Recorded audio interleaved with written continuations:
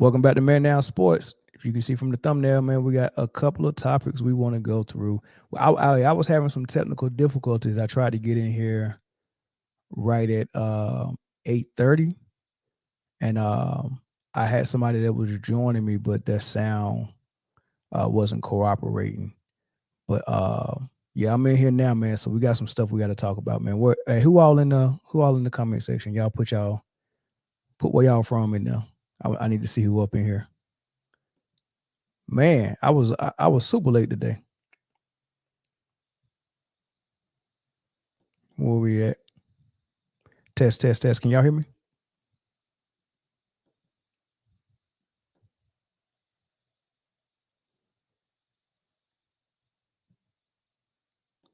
I'll give it a couple of more seconds for people to get in here.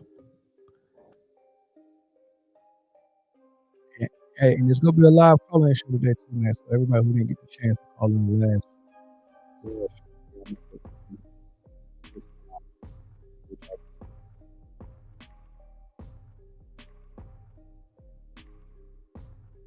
Who all in here? Where y'all from? Where everybody from?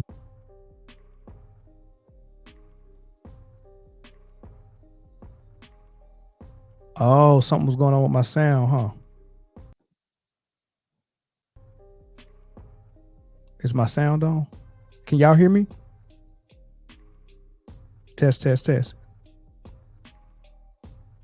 What's up, Dino? Hey, can y'all hear me, Dino? I can't hear my sound for some reason.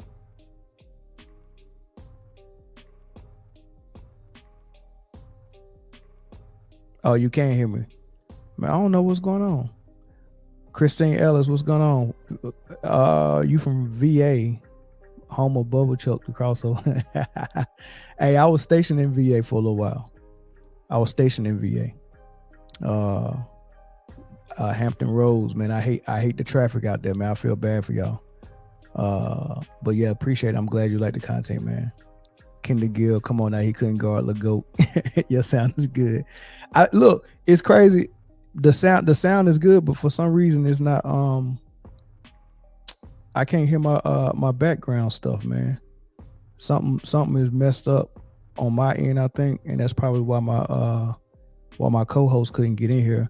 But we go with it, man. So yeah, Christine, that junk is bad. Yeah, I know it's bad. Oh man. But all right, man. So we go get in here, man. So Kendall Gill, man, I feel weird without my background music, man.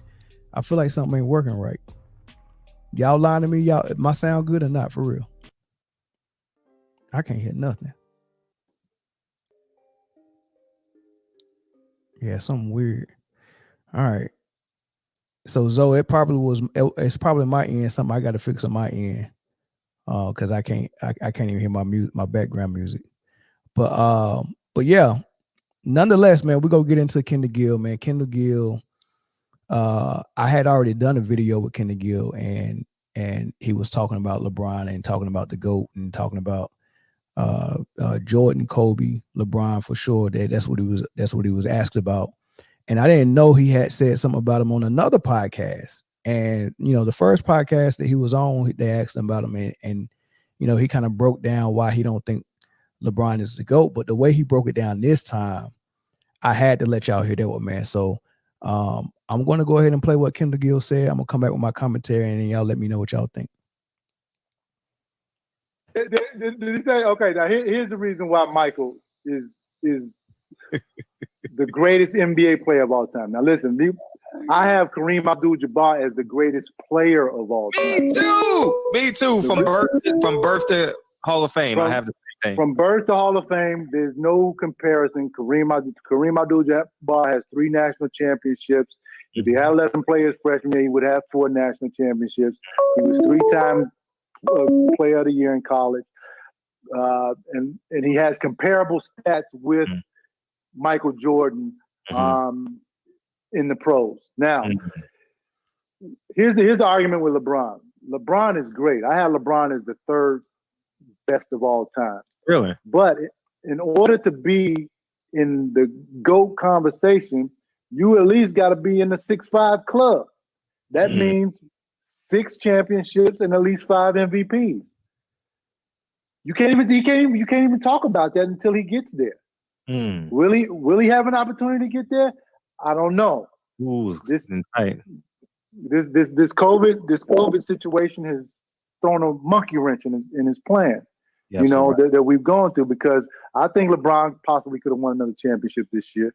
He possibly could have won another MVP this year, but unfortunately, he's not going to get. I don't believe he's going to get that opportunity. Also, back when Michael played, we had hand checking rules. You guys don't understand the physicality that you have to play with hand checking rules. Now, LeBron, I think he still would have done great, because LeBron is a physical specimen, man, one of the strongest players to ever play, especially at his position. But you look at Michael his career average is 30 points per game. Jesus. LeBron's scoring average is what, about 25, 26? 27, 26, 27, yeah. Without hand checking. Okay? What would Michael's average be without hand checking? Also, too, if you look at LeBron James, he has the basketball in his hands about 80% of the time. Okay? Probably even more than that. The triangle offense was structured, put in to take the ball out of Michael's hands so he could share the basketball with everybody else. He probably had the ball maybe 50% of the time, and still has one of the highest points per game averages in NBA history. Wow. Okay, that's how you can tell who the greatest is, man. You know, and also, you know, I got an opportunity to play against LeBron for 2 years, you know, but that was towards the end of my career. I played against Michael for 15. All right. I could tell you what LeBron is going to do. LeBron is going to go right. When he go right, he's going all the way to the basket. When he go left, he going to pull up for his jump shot most of the time. Okay, now he may do some other stuff, you know, but most of the time that's what he's going to do. I can't tell you what Michael Jordan or Kobe Bryant is going to do. Okay, because they're too skillful. They have too many tools in their bag. They're both great on the post. They're both great in the mid-range, and they can both knock down a three-point shot. And they play in the triangle offense, which makes them twice as hard to guard. So that's why I can't put LeBron in the class of Michael Jordan. And LeBron got to get his own Last Dance documentary too before he got to get a 10 part. He got to get a 11 part, right? He got All right, so you heard what Kendall Gill said, man.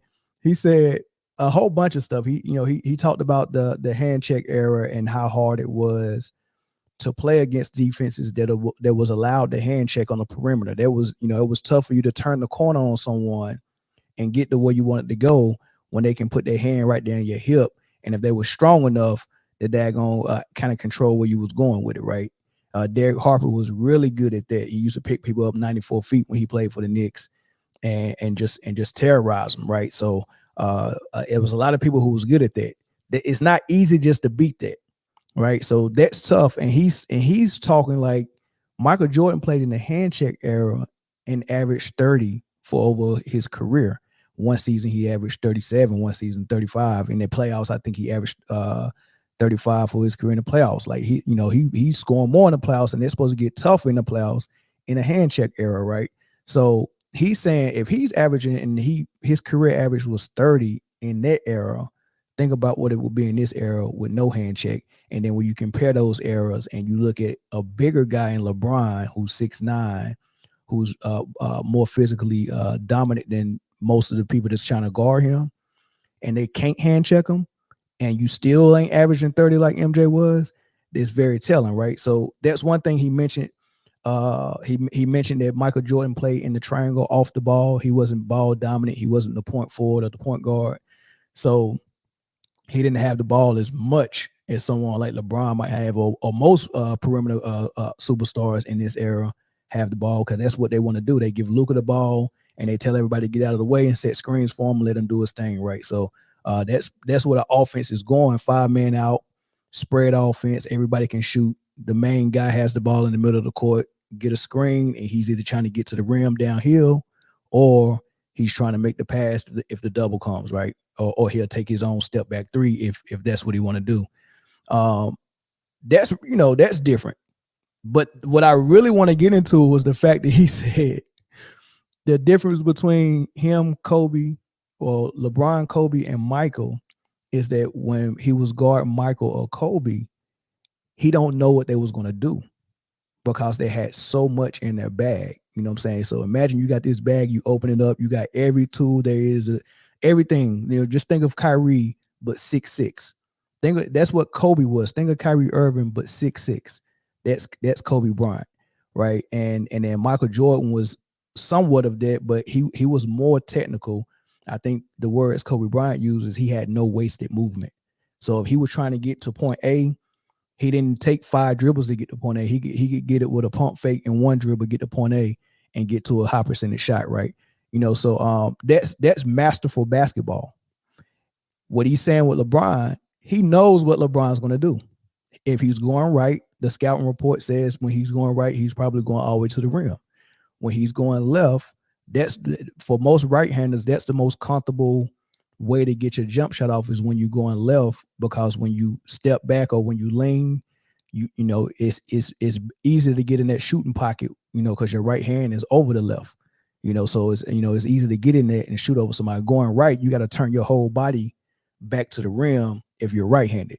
So when you when you don't have a bag, you only doing one or two things when you're trying to get to the rim. It's easy to kind of hone in on that with a scouting report or just looking at film. And he's saying that's what LeBron was. LeBron didn't have a bag. He didn't have nothing in his bag. And I'm wondering, is it still that way? Like, is it still, does he still have a bag with very little in it? Or am I tripping, man? And so I'm gonna be short with this because I really want to open the phone lines up. And I really need somebody to come in here and vouch for LeBron. I really need somebody to call in that want to tell me what he got in this bag that I'm not seeing and that Kendall Gill is not seeing, because, I'm looking at these comments now. Christine is saying he's one-dimensional. KB might finish in traffic at the rim with the bigs down there for sure. Yeah. So I mean, it's a lot of people, that's kind of agreeing with that. Is there anybody in here that let's go come in here and vouch for LeBron James? That's what I want to hear, right? I don't want y'all to come in here and hear me the whole time. I'm gonna open the phone lines up, man. So what I'm gonna do is I'm gonna put that phone number right there, and I want somebody to call in and tell me what LeBron got in his bag. And there's 45 people in here. Everybody in here can't be here to hear that LeBron don't have no bag. Somebody in here believes LeBron got a bag. I need to hear it. That's the part I need to hear. But does anybody disagree that that Kendall Gill is right? Does anybody think Kendall Gill is not right about that? That he don't have a bag, but Kobe and Mike had everything in their bag? Like who believes that? Because I do. Z-Man, you say it's clear? There we go. Oh, I thought it was a LeBron.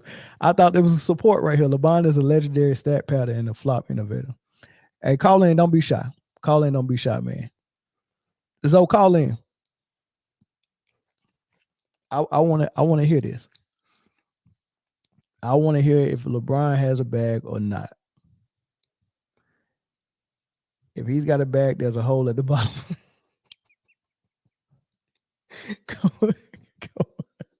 Come on, man. Oh, man. So, what's up? What's going on, brother? All right, so what's up, man? Is Kendall Gill right? Did you hear that? Could you hear that? Was the soundbite clear? Yeah, I can hear it. I can hear it and everything. I don't know what's going on with our sound, but listen. Yeah.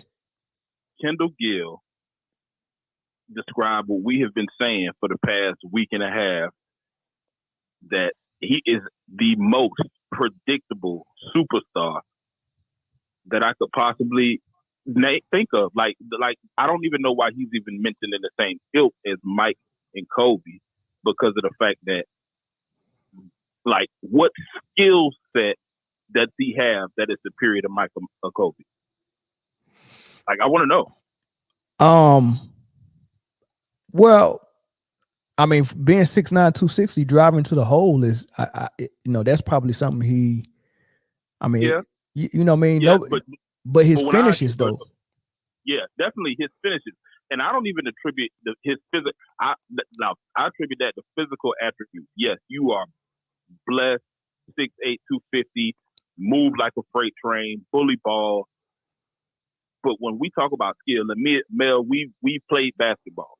You know what I mean? So if I say, dang, this dude left hand is crazy, that is a skill. You know what I'm saying? If I know that he can get around, even if I, get physical with him, I can consider that a skill and I can give that to LeBron. But if I don't know what he's going to do next, it's indefensible. And I was a defender. I used to play defense. I could jump high and I had long arms. So when things like that are presented, I'm like, okay, who are the harder dudes to guard? Is it the physical specimen that's just going to try to run through you, or it's the guy that no matter what you do to him, he has a counter move, and that is the thing that is most difficult to defend. Because guess what? I get physical with you, I'll foul you hard, and guess what? Now you got to go to the free throw line. I hope you can make them. Right, and that's what and that's what you get in the gym for. Exactly. Moves, counter moves, and counters to your counter move. Right, like that's what you're getting in the gym for. That's what Kobe was known for. He get in the gym, he working on left hands, and people was like, man, when is he go shoot a left hand jump shot? Like, why is he working on left hand jump shots? And then lo and behold, he breaks his right hand and he had to use his left hand before in the game. Like this is crazy stuff. Why would your mind even go there to even want to work on that? And I think that LeBron's physical gift is such a gift that he probably didn't think he had to go work on that type of stuff, because look, who gonna stop me from getting to the hole? It's just like it's the whole thing with Shaq.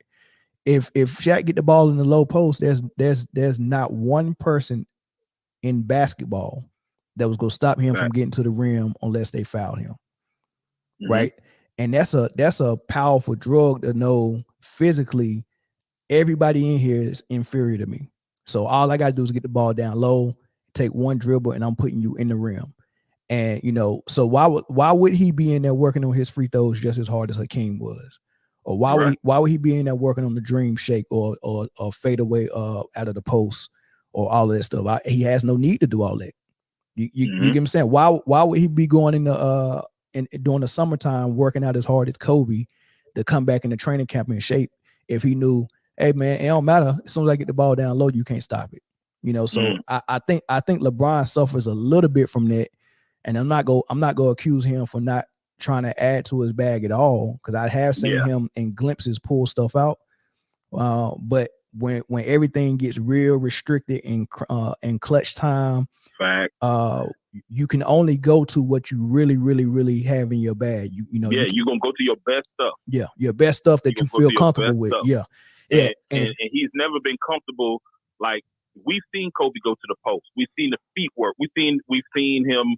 The mid-range game, far away, we've seen him be a passer if he needed to be. Like LeBron go-to, even to this day, in year 21? This year 21 now for him? Yeah. It's the same. I am bigger than you. If I'm bigger than you, then I'm going to try to run over you. You're going to have to foul me. And you would expect his free throw percentage to be a lot higher than it is because that's your game. At least you could count on that. You know what I'm saying? Look at guys like James Harden, who made a living at the line because he knows that I can get to the cup and I can draw you to foul me in a multitude of ways. So at the same time, like it bothers me sometimes that they put him in a category, but it also bothers me that he didn't see enough in himself to say, okay, what if I implemented a post game here? Or what if I did have a consistent dream shake or a go-to move that's not that look at my left hand and shoot a three? Yeah. So let me ask you this. Can somebody that don't have a masterful level the way Michael Jordan did? Now I can see if Michael Jordan and Kobe never existed and we seen LeBron, would we think he was the greatest of all time? Like personally, would you think that? I don't know, because I know what basketball skill looks like. You know what I mean? Like, yeah, but we never seen nobody reach this level and win. Like most of the people we seen win, we didn't see Russell, but he got a lot of rings. But we don't really equate his game to something that was masterful level. That's true. Offensively, Wilt maybe, Maybe we would have thought Wilt or Kareem. Maybe Kareem would have been the GOAT.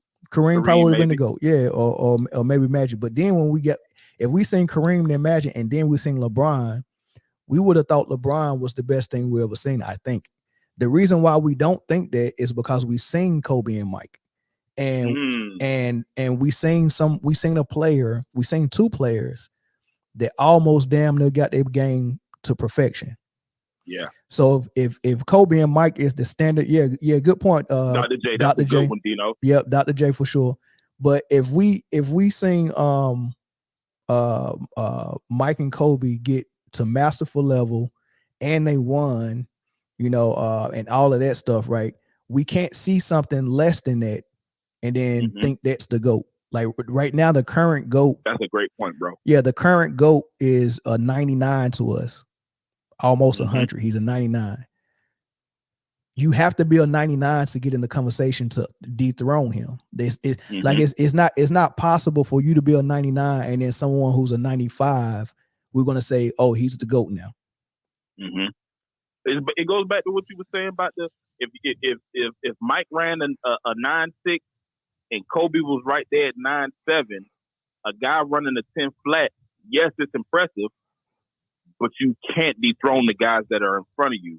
You can't. Because of the fact that, you still didn't beat their time. Like their time still is in history. You can't erase that. Correct. So at the end of the day, I saw a lot of comments because, we've been doing that. And if y'all ain't hit that thumbs up button by now, then you late. That's the doorbell. If you will come in here, then you got to hit the thumbs up button. But please. I saw a lot of people saying, y'all just haters. And I disagree. I love the game of basketball. Right. And I know you do too. We grew up playing it. Like, so I love the game of basketball. I love to see greatness in basketball. But facts cannot be disputed. If you can tell me something that is factual, where I could put LeBron's skills level that is comparable to Kobe's or MJ's, then I can listen. But right. I don't see it. Man, that's interesting, man. That's interesting. But another thing I say about that though, even with the errors and one being harder, like it's so many things that you can go to when you had this conversation. When you even compare the errors, and a lot of people don't like comparing errors, but we can 100% admit that this era was created to allow more points. No question. This era, they changed rules to allow more scoring, more points, more shots, more threes, more space and pace. The speed the game up, all of that. They made it easier. I mean, Giannis, Jokic, and Luka are all on record saying it is so easy to score in the NBA. Yeah, it's easier to score in the NBA. You can't hashtag. It's simple to score. Right. And it's an entertainment business first, and they know that the best players are going to get the benefit of the doubt on calls. I don't think they do that in Europe. I don't think they look at themselves as a $1 billion corporation that the more their superstars win, the more money they can get. Yeah, they don't look at it so much as it's still entertainment, but it's not at the sacrifice of basketball. Yeah, right. But all their superstars over here. You know what I mean? So, so all their superstars over here. So that's one thing. But yeah, so if the era was created for more points, how do we value 30 points now versus how we value 30 points in the 90s? Because it's just like inflation. right? It's just like a dollar now is not, not nearly worth a dollar that, in the 90s. Let me take this phone call. Go ahead, man. Go ahead. I'm in the comments, bro. Go ahead. All right, bet. All right. Yo, who calling from Illinois? What up? This is DJ from Chi-Town. What's up, man? Chicago in the house, man. What's up? Are you an MJ fan or LeBron or Kobe fan? You should be all three. You should be all three. That's the right answer. I gotta defend LeBron because he's number one. All right, hey, real quick, while you on the phone, turn number one. Hold on. Turn YouTube off real quick because I got an echo. Oh, my bad. Yeah. I feel you. Yeah, let me turn the TV off. All right, I'm here. All right, bet. Let's go. Bro, LeBron is number one in turnovers and flopping and bringing the game down. There is no next MJ. MJ he got beat up by Detroit. He went to the gym. If you throw yourself on the ground playing like you're hurt, you can't beat a GOAT, bro. That's just it. There's no defense. Oh, man, I thought you was calling to defend LeBron. No, I was just man, how can you defend that, bro? I mean, like, you can't find me a whole reel of MJ flopping. There's tons of LeBron doing that. I mean, yeah, but this the era. This the era of flopping, though. I think everybody doing it, man. Just like soccer players. Yeah, it is getting more. And then, he MJ never said I'm the greatest. LeBron, he keeps telling them, trying to spin the narrative. You know what I'm saying? Right. It don't pass the eye test. And you think the offense is fouling on the way to the hoop, and he can't even really shoot three. I think Jordan and him are like 34, 35% from 3-point. So people are just remembering wrong, I think. Yeah. I think they both finished their career around 34, 35%. Which is average. 35% is average. Right. So at worst, but honestly, I don't think Kobe is an average 3-point shooter. I think he's above average, but his percentages is average, and Jordan's percentages is average as well. I think that's about right for Michael Jordan. He's an average 3-point shooter, but I think Kobe's above average, but his percentages just don't back it up, which is because he shot more. That's why he shot more, a lot more, and he shot them in people. He shot them contested. Michael Jordan wouldn't shoot contested. Thank you. You know what I mean? He shot him contested because he believed in his shot.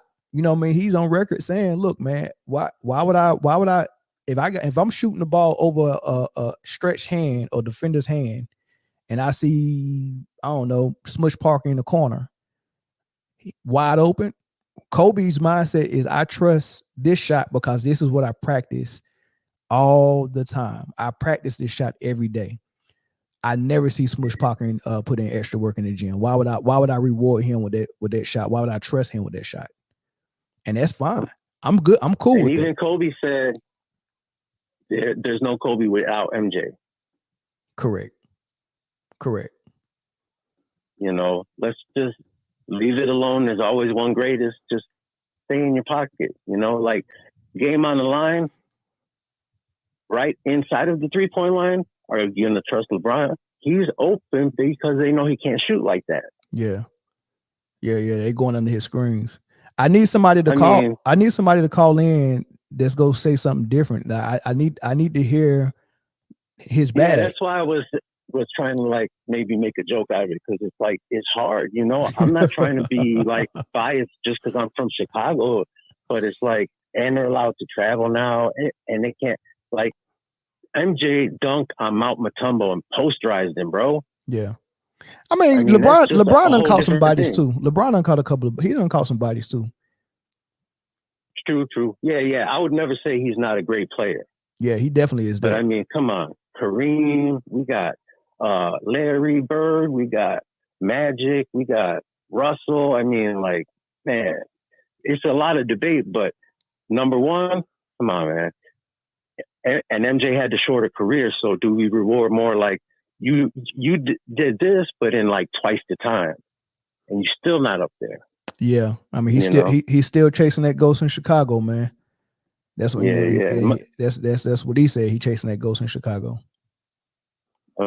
All right, man. Well, thanks for hearing me out, bro. All right, big dog. I like your show. I love it. Keep doing what you do. Yeah. Hey, so look, I got a question for everybody that's in here, man. So when I first started this show, it was 4 of us. It was a full panel. We discussed football. We discussed basketball. We discussed everything, right? And then everybody got busy, right? You know, life happened, right? So I had to continue this thing by myself, right? But the panel is coming back. Do y'all like a show with a full panel, or do y'all like more of a solo? I mean, how y'all? I mean, I want to know, because I want to make sure y'all keep coming back and we keep giving y'all content that y'all like, man. So y'all let me know in the comments. Opinions are always good. Okay, all right, that's good. Let me know in the comment section. Everybody, put a 1 in the chat if a solo show is what you like, and then put a 2 in there if you like a full panel, and then if you like either, put 3. Right. I got another call, man, from Missouri. All right, big dog. All right, man. Peace. All right. Hey, what's up? What's your name? And make sure you got YouTube turned off. Okay. My name Z-Man. What's up? Hey, I'm on. Yeah, you on? You live? Hey, yeah. I'm a Kobe guy, but I want to try to, I'm gonna be devil's advocate for LeBron. Okay. So, like early on, like I think my bad, bro. I'm nervous as fuck, bro. Ain't no need to be. I don't know why. You know what I mean? We all in here talking about basketball like it's a barbershop, man. Ain't no need to be nervous. Yeah. Well, like early on, I always respected LeBron game and shit. Like me and my cousin, like I was a Kobe guy, he was a LeBron guy. We used to watch the games and stuff, and I used to be like, Kobe couldn't do that, and then he'd be like, well, no, I used to be like, LeBron can't do that, and then he'd be like, Kobe couldn't do that, and then when I used to break down LeBron game in high school, and everybody used to call me a hater, bro, like, but I peeped this game early, and then I was like, well, wait till his athleticism decline, and then we'll see. So, but what I can say early on in this game, he was far superior athletically than everybody. So he had an edge. You feel what I'm saying? Right. I agree. So I look at it like you said. Well, I agree. Yeah, and he's great. Like people think I'm a LeBron hater. I don't like his fans in the media. I'm a LeBron fan. Like I still respected his game, even though I was against him because of Kobe. Like the dude is a great player, right, especially back then. You know what I'm saying? Right. So I don't want to make it seem like I'm bashing dude, but I feel like it is a lot of holes to his game, especially now especially when he came to LA. You feel what I'm saying? Like it's ways like you can limit his game. Right. You know what I'm saying? Right. And I feel like people don't point that out, and that it bothers me because I feel like they disrespecting the game. If a person lacks a skill set that the game requires, and then they be like, oh, it don't matter. It does matter. Everything matters. Stats matter. Skill set matter. A jump shot. Everything matter. You can't just. That's like me saying stats don't matter. It does matter. But the way the new people do now, it's like if their favorite player don't got it, then it don't matter. That's what I don't like. But for real, I'm with you. See it every day. I'm with you. That's why I'm saying you gotta be consistent, man. If you go use a certain data point or metric or theory or philosophy for one player, it has to apply across the board. So whatever you say for player A, we got to be able to look at the player B in the same light and apply that to him as well. So if you're gonna say stats don't matter, okay, cool. Or you're gonna talk about one stat, then for one player, don't try to change it up when we talking about another player, man. So I'm with you on that. And you said something I like when you said that oh man, it's I lost it. You had said something that I like a whole bunch, man. I don't forgot all about it, but nah, good call, man. I appreciate that. Yeah. Yep. All right, bro. I didn't want to be on too long, bro. My bad, bro. But nice show, bro. Man, I appreciate it. Thanks, man. Keep coming back. All right. All right. Somebody from Ontario called, man. Call back, and I'm probably go to the next topic on this. Let me look at some of these comments though. Oh yeah, hit the like button too.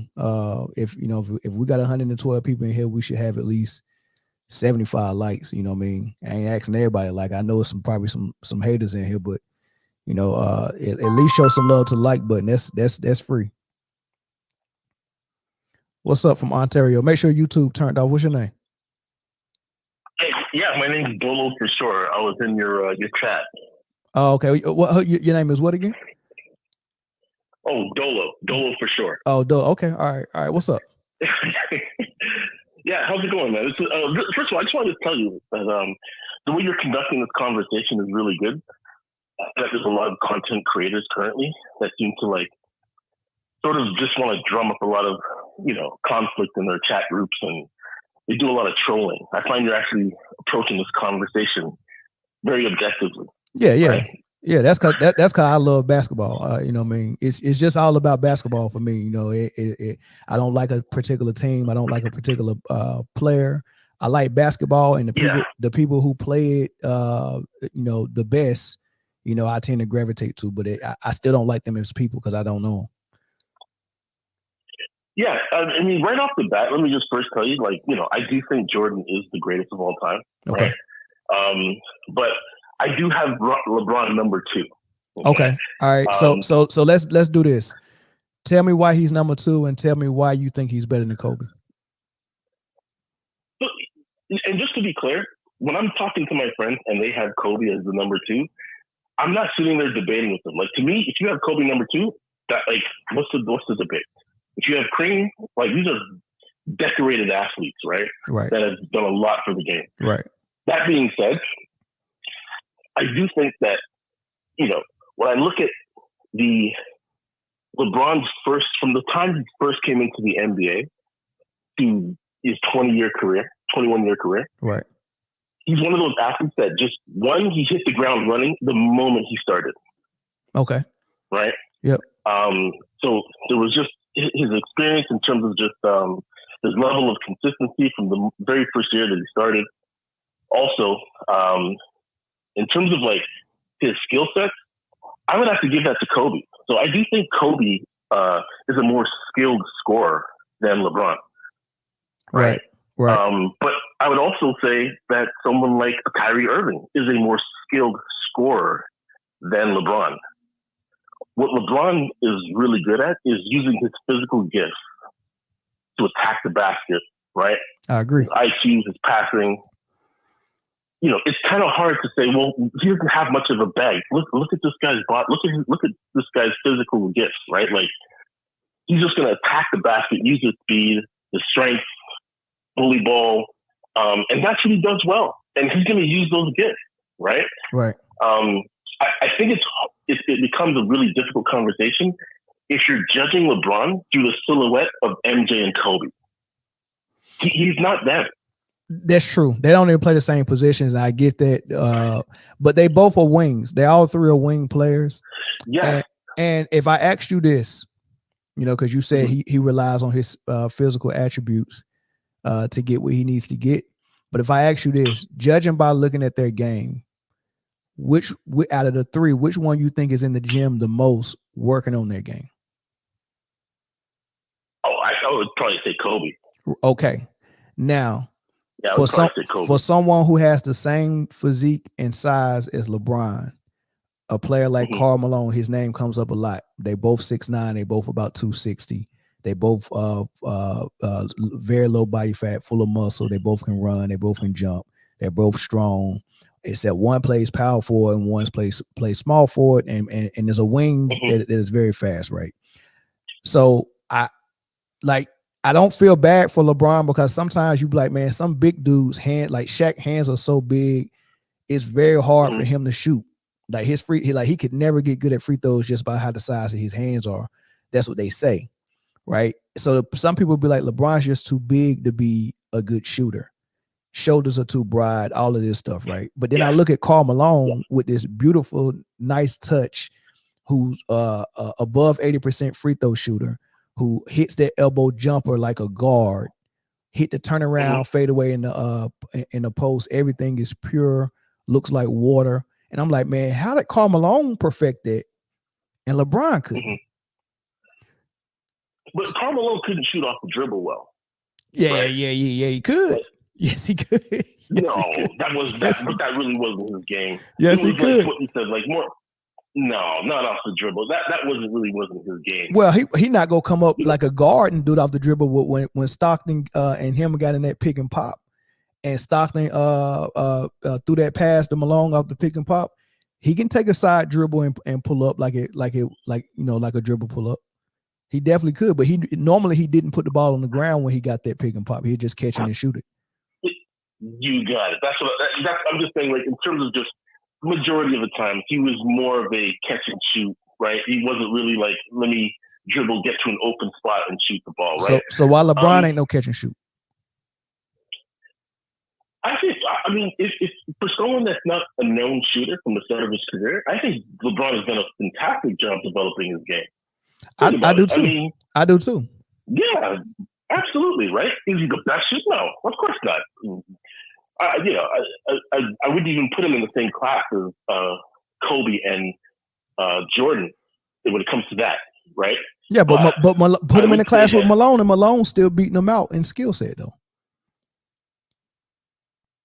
Yeah, but I mean, again, but his game is like flashing, driving to the basket, right? Yeah. Like, this is what I'm trying to say. Like, if we're gonna judge him through the silhouette of what's in his bag in terms of like what he's done throughout his career has been effective for him. He doesn't have to play like Kobe. It definitely has been affected. But you know what? If he was in the gym as much as Kobe was, guess what? He would have more than 4 rings. He wouldn't have to form a super team to get the rings, and he probably that's unfair. And he probably would be the GOAT. No, seriously, no, seriously. So I told somebody this earlier, right? I told somebody this earlier because people think efficiency is field goal percentage.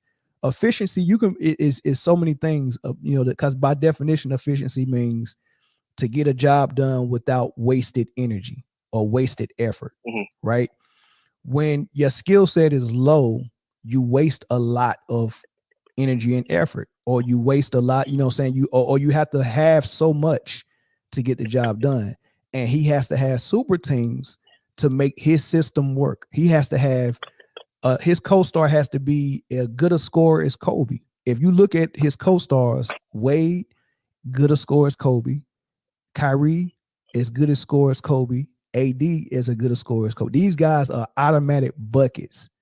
He have to have an automatic bucket on his team to make his system even start to go, and then he have to have multiple shooters in the lineup with him at all times to make that go.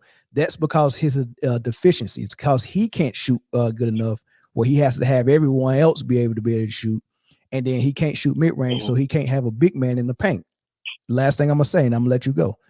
Now, a marksman or sharpshooter, someone who is a skilled shooter, and I'm talking about guns. He could kill you with one bullet. Right? I don't think I can say that word on YouTube. He can end you with one bullet. But someone who's not skilled at that probably have to empty the whole clip. And that's what LeBron is showing us. He has to do so much. I got to have 8 rebounds, 8 assists, 30 points. I had to do all of that, where someone like Michael Jordan say, look, I'm just gonna give you 40 points, and then my team gonna do the rest. I'm so good at scoring. Whenever we need a bucket, I can give it to him. I'm a marksman. I don't have to empty the clip every time. Michael Jordan and Kobe had skill sets they didn't even use. You get what I'm saying? Yeah, but keep in mind, there was a finals that Kobe, won a chip where he averaged 15 points, right? The very first ring that he won. Like, he wasn't even in his prime, right? He only averaged 15 points. Who was that? That's Kobe, the first finals he ever won. The right? first he averaged 15 points in the finals. I don't know if that's true. Oh, that is, yeah, you can look it up. 15 points in the finals? He averaged 15, with Shaq. All right, go ahead. First chip. Go ahead, I'm listening. Yeah, Yeah, you can check it out while I'm just gonna go say ahead. this. I'll just say this final point. He averaged 15 points, right? When you had someone better than him to carry the load, to be that guy, right? While he was developing his skills along the way, right? Okay. I'm not saying that to say that Kobe is objectively not better than LeBron. Like I said, you could pick any one of these guys. It's really not a debate for me personally. It's just my preference leans more towards a LeBron because he's different from Jordan and Kobe. Like, to me, Kobe is like Jordan. I saw Jordan. I grew up watching him play, right? I'm older, so I saw him play. Right. So when I was having these debates with other people, and the one thing that they wanted to do was put Kobe ahead of Jordan, and the whole argument back then was, well, yeah, but he's got Shaq. He's got Shaq. Like, Jordan didn't have someone better than him to lead those teams. It was MJ, right? Yeah. And as you continue to watch the game evolve, you're like, wow, LeBron, I've never seen a LeBron before. Right. He's something different, right? Yeah, he is different. He is different, but Kobe is. But let me say this. I got to correct you on that Indiana Pacers, his first championship. I got to correct you on that. Whatever he did average, we got to remember the second game within the first 3 minutes, he badly twisted his ankle, really, really bad. His ankle was the size of a softball. He was not supposed to come back and play in that series. He missed the rest of that game, so he only had 3 minutes. He played with 2 points. That's going to bring your average down, right? So he missed it. He missed the rest of that game. He didn't play the third game, and then he came back the fourth game, gave him 28. But he played so hard on that. He played so hard on that bad ankle. Right. He played so hard on that bad ankle. He was no more good for the game after that, and he had 8 points. So he had to take it easy that game. But he still played 36 minutes, and then in that final game, he gave him 26. Mm-hmm. So he gave him 28 and 26 on one leg. So we're not gonna act like he just averaged 15 because he was just some sidekick. He was playing with one leg. Most people wouldn't even came back to the game. Well, but respectfully, let's also add the context for LeBron's losses, right? Trash team to the finals, a team that very few people remember who was even on the starting five. I remember. Right? I remember. Yes. I remember. What did those guys do after LeBron? It don't matter what they did. Hold on. It don't. 22 years old. But that's an indictment, Dolo. That's an indictment on LeBron. Why is he killing careers? Not at all. Why is he killing careers? Not at all. It's not a look. It's not a plus that a teammate of yours went and was destroyed after he left you. Okay, let's use another example. All right. Love and no. Before that, let's stay on the he took, because that's part of his legacy that people are capping about. That he consistently drags bad teams to the finals, and that's not true. I didn't say he consistently drags bad teams to the final. I said that the first team, at 22 years old. Yeah. I mean, to me, I've always looked at it like as an accomplishment. Personally, I was like, man, if I was 22 years old and I'm 4 years in the league and I drag a team. Listen, Shaq took a team, but he had Penny Hardaway. Even he was an all-star. Yeah. But to take that team to the finals, and Valgasquez was an all-star. Yeah. 1 year in his career, he was an all-star. Yeah, he had Big Z. He probably had Mo Williams too. Yeah. No, Mo Williams wasn't on that team. Who was the point guard? Mo Williams. Wasn't it Gibbs? Gibson? No, he was a bench player. He came out of the bench. Who was the point guard? It wasn't Mo Williams. It wasn't Mo Williams. Later. Yeah, it wasn't Mo Williams. Not that first one. Was that Cavs team worse or better than the team that Iverson took to the finals? Ooh, that's a good one. And when you answer that question, you have to include Iverson and LeBron. So if LeBron is 10 times better than Iverson, argument, right? If LeBron is 10 times, and good job, Roland. Larry Hughes was on that squad, and he was a very good player. But if LeBron is better than Iverson, but both of their supporting cast are below average, doesn't it automatically make Cavs team better than the Sixers team with Iverson if LeBron is better? Yeah, but I wouldn't expect LeBron to beat the Spurs. But you would expect if he's in the GOAT conversation, you would expect him to get a game, right? Because Iverson got at least one game. Which hold on. But he's in the conversation though. So I don't expect the second best player ever to ever get to the finals and not get one game. Michael Jordan played a great Boston Celtics team around the same age, and he at least got one game. Iverson at least got one game. Hold on. Iverson got one game against an undefeated Lakers team. They were undefeated in the playoffs. Nobody could beat them. Shaq and Kobe, nobody could touch them. Iverson got a game. Jason Kidd had an average New Jersey Nets team that he took the 3 straight conference finals and 2 straight NBA finals, and he got a game. Reggie Miller took the Pacers against the Lakers and got a game or 2. Latrell Sprewell took the Knicks to the finals and got a game against the San Antonio Spurs. But LeBron is supposed to be better than all of those guys, and he couldn't get one game. And he's done that multiple times. All of those players though that you mentioned actually played in college though, right? So they developed their game also through college, right? I mean, even Jordan himself has said on record that those college years helped prepare him for the NBA, right? Yeah. Yeah. So you're talking about someone that just came out right at high school and was learning the game as he goes along. He's learning it. So he's moving too fast for him to even think him to even think the game through, right? Okay. Yeah. But yeah, it's a failure. He didn't win. That's no problem. But to me, I just look at that because I remember that year, and like, there's no one that expected that guy to go. Like, he had no business being in the final. He had no business beating Detroit. I don't know if I would say that, because the East, like I just gave you the names of the people who led their team out of the East. It wasn't hard to get out of the East. As a matter of fact, he wasn't supposed to get out of the first round because he traveled on a game winner against the Wizards. I think want to say the first game that they won against the Wizards, he had a game winning layup where he tiptoed on the baseline and took 1,000 steps and traveled, and then hit the layup, and that was the game winner. And he hit 2 game winners in that series, and I think he traveled on both of them, and it was obvious. That's another thing.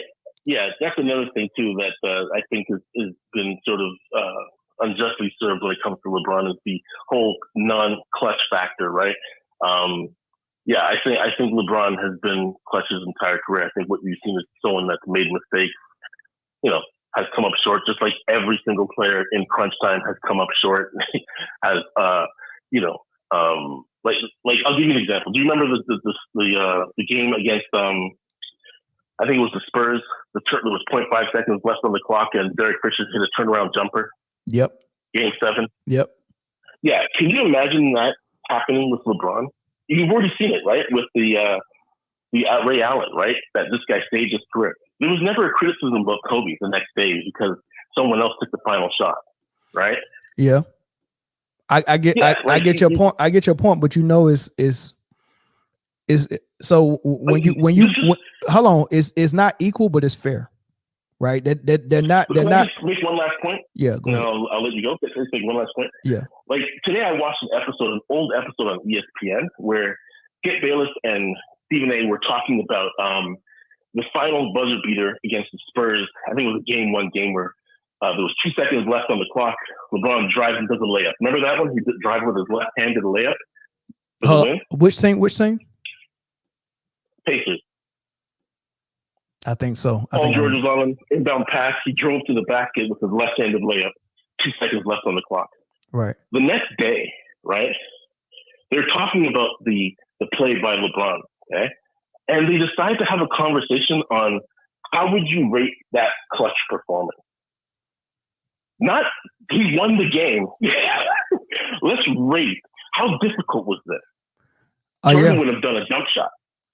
Like, this is ridiculous. Hey, is silly territory, right? Yeah. I'm with you on it. ESPN and Fox Sports do a lot of unnecessary stuff to push content out. I get it. And I'll be the first to admit, you've seen this play and take a toll on LeBron where he's been insecure about his career, about taking the clutch shots, right? Remember the All-Star game, didn't take that final shot. Like, he started to overthink things, right? This guy's, like, he's been getting this type of criticism throughout his entire career. Who cares what would rate the clutch play? Yeah. It's the winning basket, that's game. Yeah, but you invite that type of energy when you come out and say, I'm the GOAT. That series made me the GOAT. It's cringe. I'm the great. I agree. It's cringe. Right. Like, you know, and people keep trying to tell you, look, let us do that for you. Don't pump yourself up because you're gonna create adversaries that way.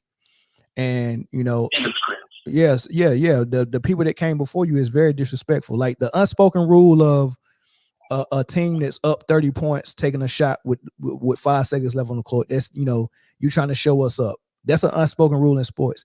Another unspoken rule is you never come out and pump yourself up like that and make it seem like you're better than all the greats. And he continued to do silly stuff like that. Like he's pumping his son up right now. This is stuff that Lonzo Ball dad would have got in a lot of heat for, but he constantly goes out there and tweets that his son is better than his teammates. His son can play in the league right now.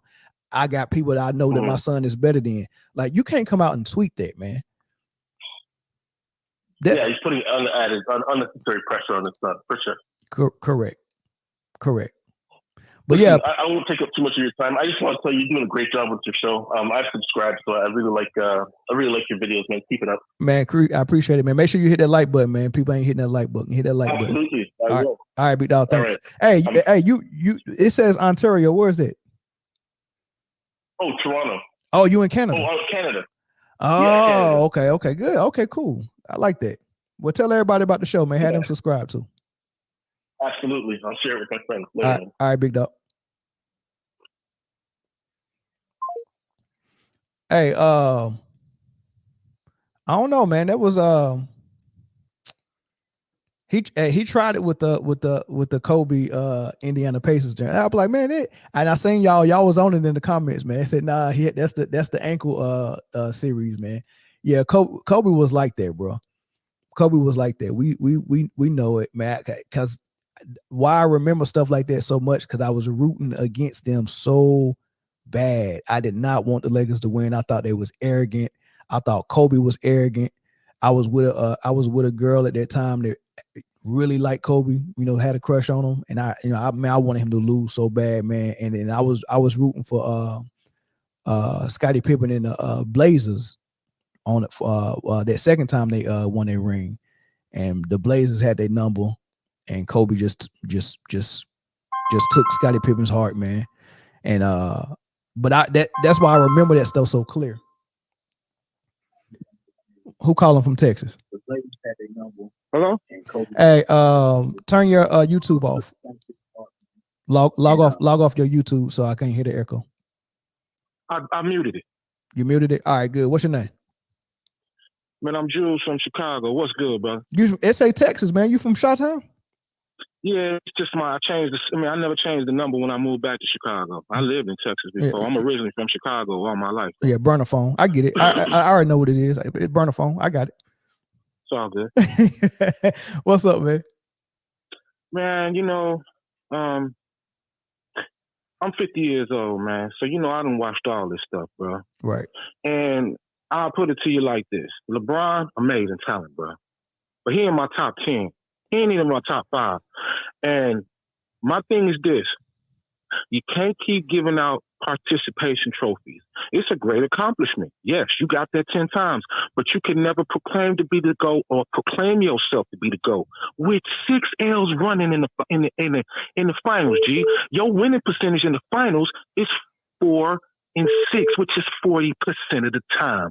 Michael 6-0, Kobe 5-2, Duncan 5-1, Magic 5-4, Kareem 6-4. Come on, my dude. I'm sorry. You could never be in that conversation with that. Now, longevity, you probably have the greatest career of all time. That ain't got nothing to do with the GOAT, though. That shit ain't got nothing to do with the GOAT, my boy. Sorry. Man, I know it's a lot of LeBron stands out here, man, but I'm old enough that I've seen, I saw early Kareem in his career, and dude was a beast, okay? I'm talking about 33 points, 17 rebounds a game. Okay? So, come on, man. Don't get me wrong. Everybody a prisoner of the moment, and we all know Nick Wright, Kendrick Perkins, Shannon Sharp, Colin Cowherd, all of them, you can ask them how LeBron balls taste, and then you can almost ask if they getting paid by Clutch Sports up in this bitch. I think you feel me? I think the answer to that is yeah, they are getting paid. They getting something from Clutch Sports. That's what I'm saying, man. They pushing this narrative, and you can't character assassinate Kobe, because that's the thing. I wish, if I had one wish, is that man wouldn't die. Because I wonder if these brothers be saying what they say out their mouth, just dismissing him from the GOAT conversation. Because that's so as Stephen A would say, that's so blasphemous. You know what I'm saying? Come on, my dude. We ain't having it. Let me ask you this. We ain't having it. Let me ask you this. Go ahead. What's up? Do you think when he retires, do you think that it'll die down and they'll just find somebody else to like? Do you think it's gonna move to Luka, and then No. You know what's gonna happen when LeBron James retire? All this nauseating shit they keep putting in our face and trying to ram down our throat 24/7. The real truth gonna come out about it, and a lot of people gonna be saying the opposite thing. You heard me? Because just the other day, Gilbert Arenas in his own thing. Wait, it's not about stats, but then when you try to put LeBron over Kobe, it's, he not making stats no more. Hell, Jordan ain't been making stats, been 22, and he's still the consensus GOAT. Yeah. Okay? Every poll they done did, yes, LeBron is gaining a little bit, but he'll never get there. Michael's still getting 65 to 70% of that poll, my boy. Okay? Come on, man. No, bro. Like I said, I'm an old head, bro. I've been around since 73. Ain't no way in hell. They talk all this stuff. Yeah, LeBron big, 6'9", 250, but he's mastered the art of flopping, and you see him cry every other play about a foul. I wonder what he'd do if he would have caught a forearm from Charles Oakley. And let's be real, that brother was built like a mountain, okay? Yeah. I wonder what he would do if he was getting the defense and getting hit by Rick Mahorn and Lambeer, Sally and Rodman. In them years, Michael had to get his ass whooped before his ass got in that gym and got strong enough and was like, yeah, we ain't having it no more. Michael really paid them dues, my dude. People don't really talk about that. I agree with you. Michael did pay them dues, and so did Kobe. Man. But you don't think if LeBron was in that era, he would adjust and he would have. You know what? If his that's the thing. If his mentality would change, if he came to that time with this mentality now, with all that crime, they'll be looking to whoop his ass every game. Facts. And it'll be a hard life for him. Do you think he would have been able to team hop in that era? I mean, that's the thing though. You ain't finna bowl over Rick Mahorn, my dude. You ain't finna No. I'm talking about if he wasn't getting it done in Cleveland in the 90s, do you think he would have been able to team hop and get two more superstars to come join him? No, because back then everything was the same. Most cats that got drafted by their team was staying with their team. And if he would have tried to be the GM back in them days, shit, they'd have traded it as in a heartbeat when the Kate gave a fuck. It wouldn't have worked because Michael Jordan couldn't even really do it. Jerry Krause was in charge of that thing. Exactly. And the master was more in charge back in the day. Yeah. You know what I'm saying? You got power, you got player empowerment because of the decision. I guess you could give that to him. But my dude, you know the last time I watched the All-Star game? Man, they unwatchable. When Kobe was alive. You know why? That's the only one that was good.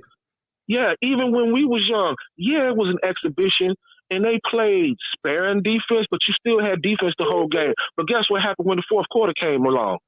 Whoever was playing best was put in the game. Guess what? Lockdown defense was put on, and it got exciting. Yeah. You heard me? Yeah. They do not do that no more, bro. And they talking about, well, just play the U.S. against the world. Shit, the world to caught up, man. If they put all them international players, Gil, what's his name? Shea Gilgeous, yeah, and Embiid and Luka and all them boys, they will embarrass the American players because the American players for the last Kobe was saying when he was live since 2012, AAU is taking over, and AAU do not preach fundamentals.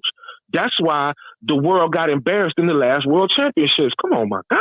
Yeah. You know what it is, dog. You just be trying to hear what the real cats on here gonna say, because all these young cats that ain't seen the old school like highlights ain't gonna do it. You can get on YouTube any day and pull up any game, any old game, the whole thing. If they sat and watched these games, they'll be like, damn, that brand of basketball was rough, but damn, those was team games back then, though, dog. Yeah. It like was if you way sat better. back. Yeah, if you would have sat back and watched the early 80s game from the Lakers, be like, damn, dude, they could run you to death, but if they get in that half-court set, Kareem gonna kill you with that sky hook because wasn't nobody blocking it. They can beat you both ways. Yeah. Fast break or half court. But their defense was like, people talk about the Detroit Pistons.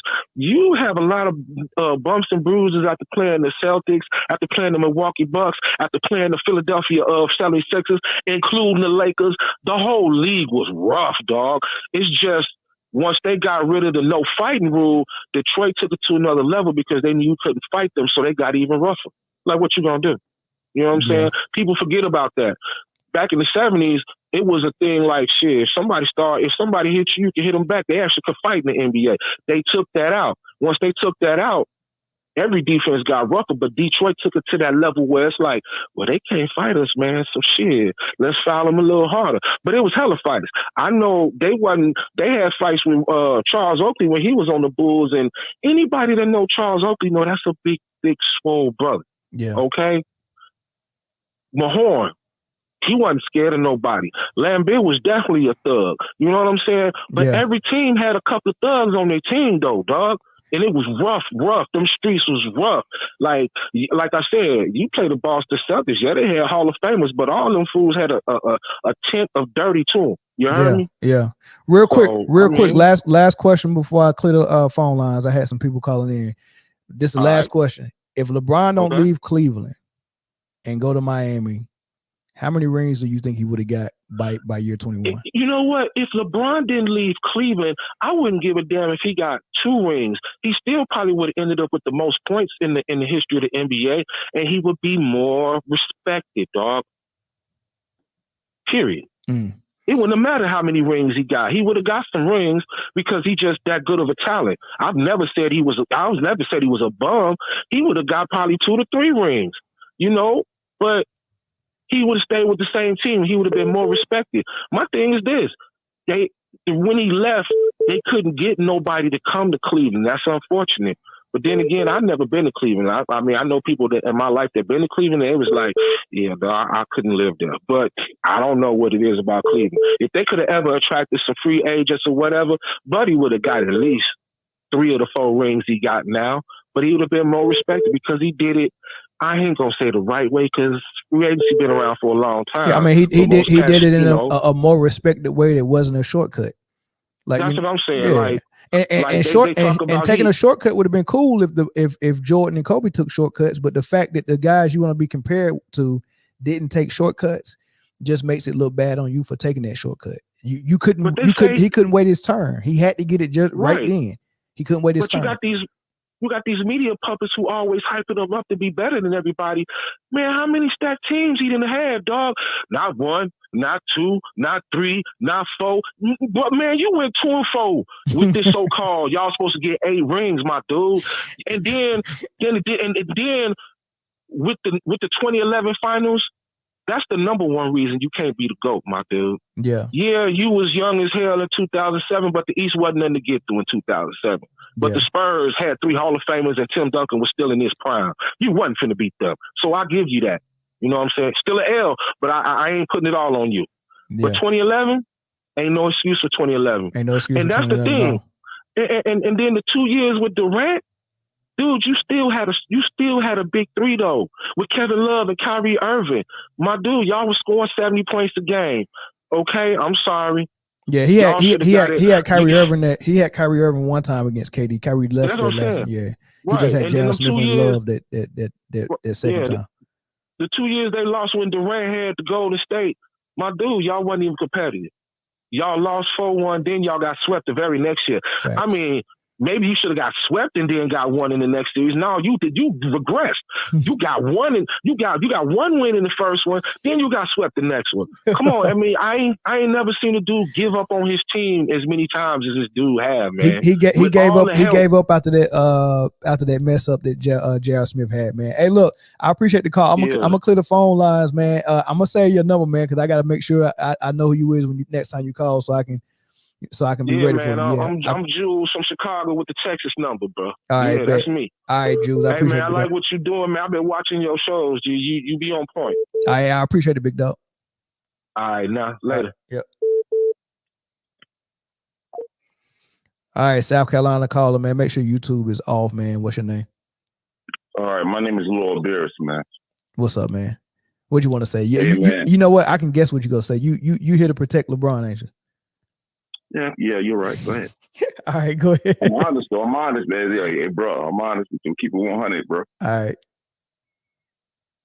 Now, I mean, I hear all you talk about Jordan. All right, yeah, Jordan is better than LeBron in a certain way, but you can't put LeBron and Jordan in the same category. Because they're two different styles of players. You understand what I'm saying? What Jordan did in his time, it was great for his time. It was the most entertaining thing going. Kobe, Lord rest his soul, when he was here, he was the next best entertaining thing going. But for now, LeBron is the best entertaining thing going in the NBA. Okay, not credit. Steph Curry, he's talented. To me, look, Steph Curry is better to LeBron in every way except, getting his running start going to the rim. Then it's impossible to stop LeBron when he's running to the rim. It's like fucking Hugh Mulaney stopping the juggernaut or something in mall. You know what I'm saying? But you don't give LeBron enough credit for the accomplishment he's done because, Jordan, he kind of had it on the silver platter with his team. Like, you always discount the player Jordan lost when he came into the league. He was getting bounced. Did he even make the playoffs when he first came in? Yeah, they did. How many times did Jordan get bounced? I forgot, bro. Nah, he made the playoffs. He made the playoffs. Okay, they just had a losing record. It was like 40 and 42 or something like that. But he made the playoffs. Yeah, he made the playoffs though. Okay. But LeBron, in the same token, when he came to the league, like, I don't think LeBron would have been the person he was if they didn't put so much expectation on him. You know what I'm saying? I think he just tried to play that role, you know what I'm saying, to be the guy, you know what I mean, that the media wanted him to be. And in some ways, I think it helped push Bron to be better than what he should have been. He's better than what he is, that he could have been if he wasn't pushed like that through the media. Because first of all, Bron is not a great shooter. Let's be honest about that. He's not. He's not a great shooter. But still, he still has these accomplishments. So in the same token, I could say, LeBron, no, he shouldn't even be in the top 5. When in the same token, I say, damn, like that song, he did it the hard way. I got to respect that. You know what I'm saying? A man that exceeded the expectations from my point of view for Akron, he was playing in school back then before he made it to the NBA. I didn't think he was going to be that great. I thought he was just, all right, you doing that against other people because you just got a man body back there. Right. But he changed to the NBA and he still showed improvement. Even later into his career, like up until now, the expectations from him, he still meets it, even though he's still older. He may have a 16-point game. I think he had a career low of a 14-point game not too long ago. But still, at age 39, I still had to give him a little credit. I mean, I got to give a man credit in my personal opinion. And for me, being a man that's almost 50 years old, like, I couldn't play on that level. You know what I mean? I tried to play a little college ball, but I was never good. You know what I mean? I was good in high school. When I got to college, it was just a whole nother level that, I didn't have the discipline, to stay with it. This man, he puts in work. And I don't want to hear all that about, LeBron on PED because he gets tested. He hasn't shown up in any test yet, even from the first 2 previous times. I think the first time was in 2013, I believe. And he's never shown. And I know PED's stayed in your system for 2 years, so he can't fake that. You know what I'm saying? Unless him and his son got the same blood type and he's using that. Well, look, what's in his bag though? Offensively, what's in his bag? It doesn't make a difference in his bag offensively. That's the greatness of it. He don't even have a if it don't make a difference what's in his bag, then you don't mind answering the question. So what's in his bag offensively? I hate to call other people, give them credit, but like Skip Bayless said, he's the greatest driver of the ball that I ever seen. That's all it is, bro. Just Hey, but he got a little fadeaway now. Come on, he got a little fadeaway going to the rim now. So he Credit, backless. like, you know, So you saying he back? I mean, So you saying he backless then? not even that. It's like, you know what I'm saying? You know, when you was growing up, excuse me, if you don't mind me asking, how old are you, bro? Oh man, you gonna make me tell everybody that, man? Hey, look. Hey, listen. Well, hold on. Normally, I would tell people how old I am, but on my videos, everybody keep calling me young man, and I kind of like that. I want everybody to think I'm young, so you just keep thinking I'm young, man. But I'm old. Okay. I'm old. Okay, it's kind of like when I was a kid, well, not a kid, a teen, I guess. I used to watch this wrestler called Hulk Hogan. I used to be into wrestling back then when I was younger. My uncle used to make me watch wrestling. Right. And you know what I mean? I was a bit amazed. I was like, oh man, everything Hulk Hogan did, man, it was groundbreaking. Ain't nobody ever did that. After the years went on, I'm like, oh man. Wait. I'm sorry. Wait. Lazo said, did Lazo just say the only thing that's in his bag is hard bricks and bubble gum? Is that what he said? Hard brick and bubble gum? Hey, you can say what you want, but those are mean hard bricks and bubble gum, though. Hey, you can say what you want. He said hard brick and bubble gum, man. Zo. Hey, look. But in another talk, you gotta say this though. LeBron is entertaining in the way, even off the court, he gives us something to talk about. He makes us interact. It's something about it, bro. You know what I'm saying? It's intangible things that's going on with him. You know what I'm saying? Right. So you can't dismiss that either. You know what I'm saying? So that's why he probably is the greatest basketball player of this generation, because he got things that's transcendent, not just on the court, but off the court that we take for granted.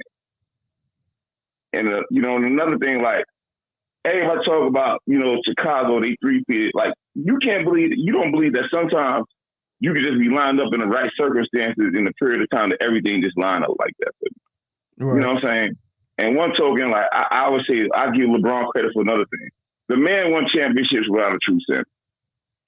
No, but he didn't he didn't want a true center. What do you have to say? Go ahead, let me hear you. What do you about to say? What? LeBron don't like playing with true centers. That goes against his play style. He needs someone that's not gonna be in the paint. So that came out of LeBron's mouth?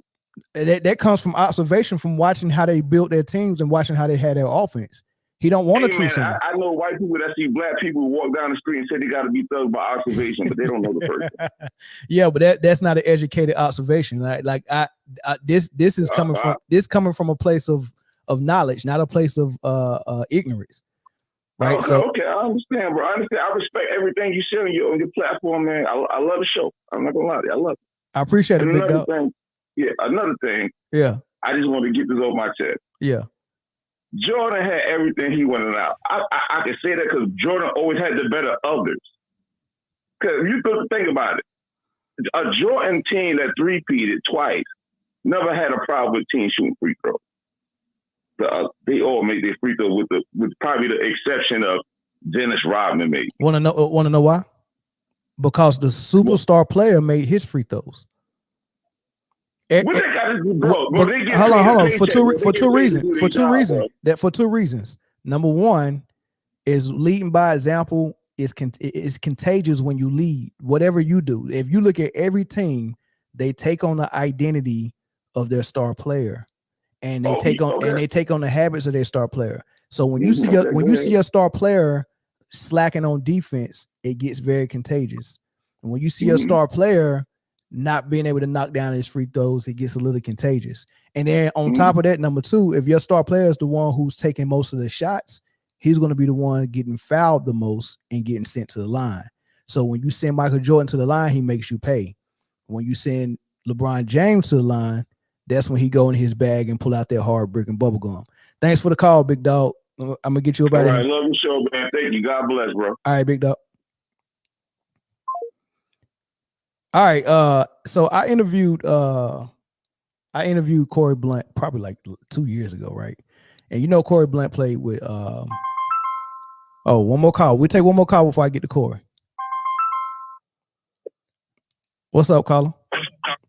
What's up, bro? Ain't no, man. Make sure the YouTube is turned off, man. What's your name? Yes, sir. It's Slim, bro. Slim, what's up, man?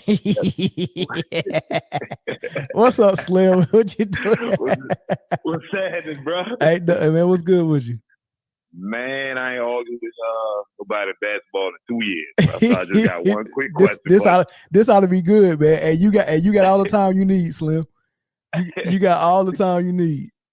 I got two of them for you. Actually, I'm gonna ask you one first. All right, bet. Was there ever a time when Kobe was clear cut the best player in the league? Yes. But are you? Do you want to tell me something different? Nah, I was alluding to this. You don't think people going extra on Kobe because he died? I don't think nobody really thought he was clear cut favorite. Nah, a lot of people did even before he passed. A lot of people did. It's starting to get on my nerves. It's starting to get on your nerves. So so the LeBron stuff ain't been getting on your nerves the last 8 years, the last 10 years. I'm starting to lean. You starting to lean toward LeBron? I'm starting to lean, bro. Cause of longevity. All right, let's hear your best argument. I'm starting to lean, bro. All right, and you know what? And I'm so disappointed, man, because you somebody who played high level basketball, and this, you know what? This feels like betrayal. But go ahead. You know what I think about that bubble championship? That was prison ball. I think that was the hardest one. Oh, well, hold on. I got a super chat. Lord Beerus, I appreciate the super chat, man. I wish you had a comment in there I could read for everybody, but I appreciate that super chat, man. Thank you. Go ahead. I'm starting to think that bubble championship was the hardest one, bro. All right, I'm listening. Me over. I really think them boys is just you done hoop, so you know free play is free play. Right. I feel like that's what that bubble was. And for him to come out that bubble with that, I'm starting to lean because I always look at that bubble for some reason. I see what he's doing now. I ain't impressed with I'm impressed with him as a man, you know that. Not really most of the on-court stuff. But that bubble, I think that bubble to me separated him or get him closer to Mike than everybody giving him credit for. So I ain't gonna hold you. So it sounds like you going along the lines of how the media do it, where you're grading achievements, resume, accomplishments, and you're doing it that way, but you don't care who the actual better player is, because there's no way that you can line up LeBron and Kobe and Mike and see them play and say LeBron's the better player. If I see all three of them in the gym, I'm picking Bron. I mean, you might. If all three of them in the gym, I'm picking Bron. And I go watch a little bit beforehand. Now, if we talk about talent, I'm picking T-Mac over all of them. But then he ain't in all. But if I see in the gym, if I see all three of them hoop, I'm picking Bron. I'm looking at it on we coming out the hoop. That killer mentality, no, he ain't got it. But he ain't fall off to where he could lead a whole team to not what he doing now, but what he done in that bubble. Even if they say the Clippers quit, but I think he would have ran them anyway. But I'm starting to look at what he doing in totality, bro. So yeah, I'm kind of taking the media approach with it. All right, so I got a question for you. It came in through a super chat, Sergio7110. Thanks for the super chat, big dog. Here's the question: has anybody ever said LeBron while they were shooting a paper ball in the trash can?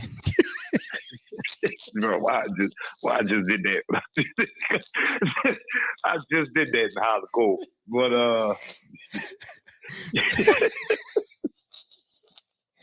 that's a real question, man. That's a real question. He kind of got a point. That's why I'm laughing. He just trumped that bubble argument right out there. Yeah, I've never hollered. No, man. Bro, I can't dunk that good, so he kind of got a point, but nobody never hollered that. But and nobody never signed for $90 million with Nike. So Mike ain't even did that until he got out of it. So Slim, before you go, what's in LeBron's bag? I gotta ask everybody because that's what's on the thing. What's in LeBron's bag, big dog? I heard homeboy say the driving thing. I started dying there. Like LeBron the chauffeur and stuff. But oh boy, you know why that's sad? Somebody said passports in there because he travels so much.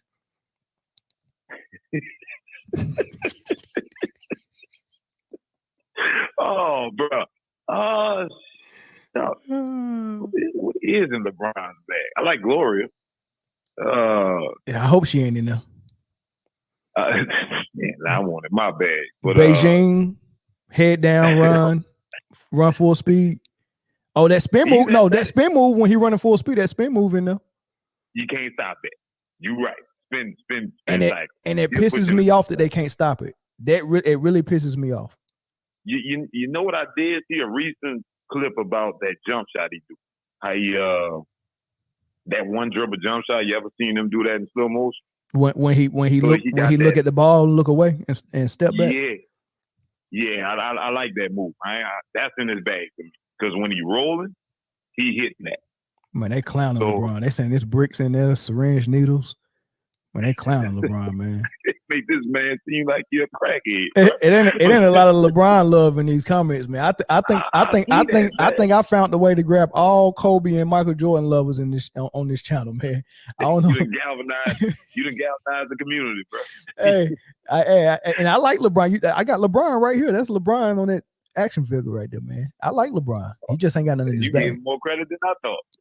Yeah, LeBron the man. Top 5, maybe top.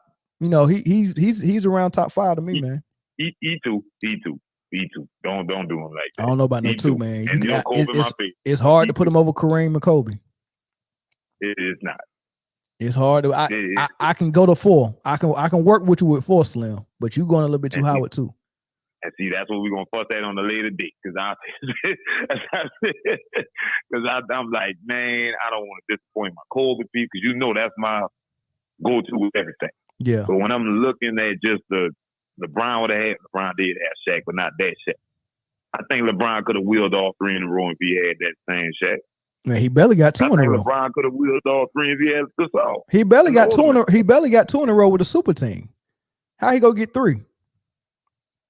He had a team full of individuals. He didn't have a team. Like you already, I think if he was in, let's see what that was, that Celtics team, right? You saw they used to do both. Yeah. He on that Lakers team to be Boston. Corbin, they win in both of them. Boston with going at all of them, not winning none of them series. Going at still rank. You put LeBron on that Kobe team. Take Kobe out, put him on there against the Celtics. Lakers winning at 4-1. He used to own Boston. I know he would have owned it with Gasol and Odom. Yeah. So it's like I swap him out with that. Whatever he got in his bag, his bubble gum, his syringe needles, he coming out with that Larry O'Brien if he was playing. I tell you what, we're gonna end this call, but I'm gonna end it with Kobe. All right, big. All right, big. Thanks for calling, man. All right, big dog. Yeah. All right, man. So, Corey Blunt. Hey, thanks, Sergio. Oh man, that's too funny, man. Slim done called. Hey, I ain't heard from Slim in so long, man. My dude done called, man, and done switched up on me and went to the dark side. I like it. I like it though. Kobe Bryant is not better than LeBron James in Slim's mind. That's cool. So anyway, I interviewed Corey Blunt, man. So I grew up with a friend who played for Cincinnati. And, you know, Corey Blunt went to Cincinnati, so they're real cool. I think Corey Blunt was coaching there when my friend played there, right? So you know, he hooked me up with him. We talked, we did an interview. I asked him a lot of questions. And the reason why Corey Blunt's perspective is so cool is because when he coached at Cincinnati, that was around the same time that LeBron was in high school and all the hype was there. So he was able to go see firsthand a lot of that LeBron stuff. But when in his playing days, I don't know if you remember Corey Blunt, but he played with Michael Jordan on the Bulls when Jordan came back from baseball. Corey Blunt was on that squad. And so he played with Jordan. Man, that interview, I asked him everything, right? I asked him about practice. You know, he was telling me how much Horace and Michael Jordan didn't get along. Like, he was telling me a lot of stuff, right? So, but he also went and played with the Lakers.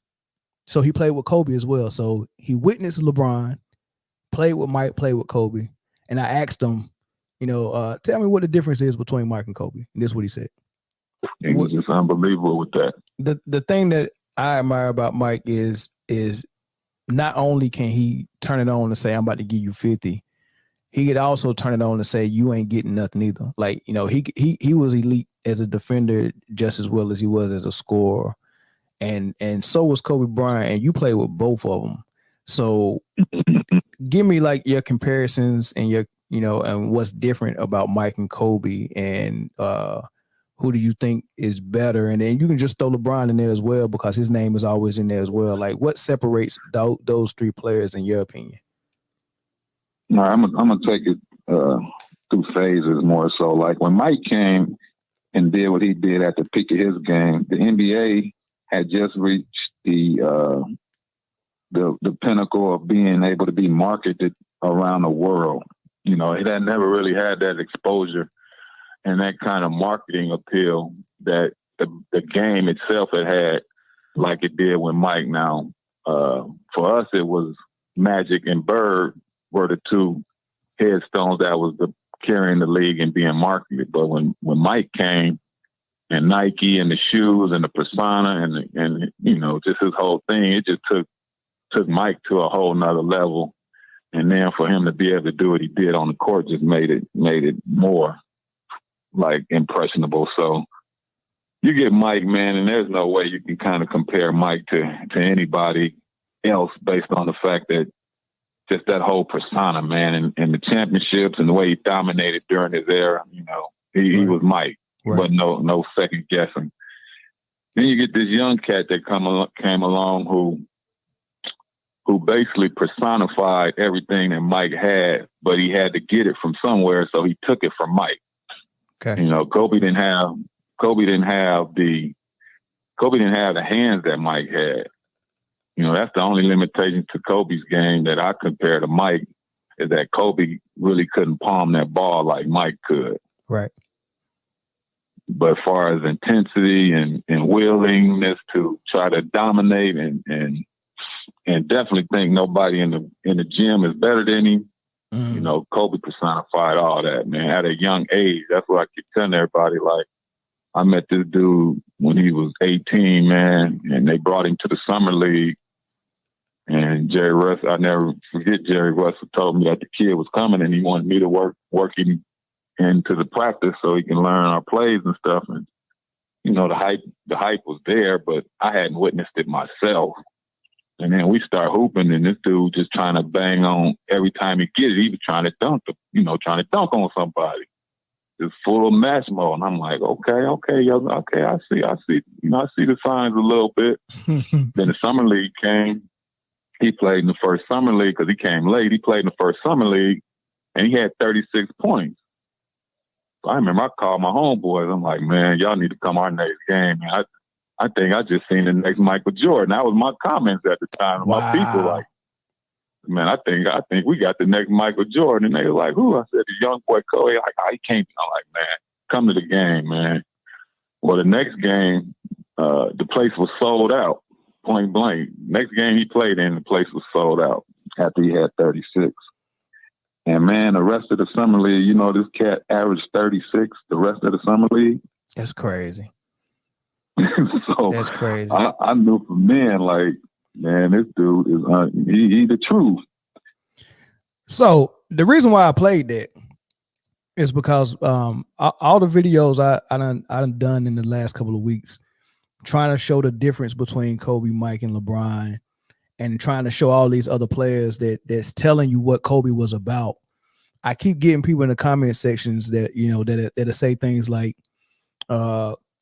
LeBron was ready his first day when he stepped on the floor at 18, and Kobe wasn't, right? And they'll go to the stats and be like, see, he averaged 8 points as a rookie, and LeBron averaged 20. And I'm like, look, man, you got to understand that Dale Harris did not want to play Kobe. There was nothing Kobe could have done to get on that floor in front of Eddie Jones or Nick Van Elst. There was nothing he could have done. Dale Harris did not want to play rookies, and he definitely didn't want to play kids fresh out of high school. So it was nothing Kobe could have done, man. Kobe said he think he made a mistake coming out of high school. He just couldn't stand sitting on the bench. But Corey Blunt's telling you from day one that we seen him dominating summer league, and it was just too easy for him. We knew he said he knew he was ready. He called his friend and said, we got the next Michael Jordan on our team. And this is coming from a dude who had just got finished playing with Mike. right? So we're not talking about a person that played against Mike once or twice a year. We talking about somebody who's seen Mike practice, who's seen what Mike was like behind the scene, who's seen Mike work out, you know what I'm saying, seen Mike get pissed off and all this stuff.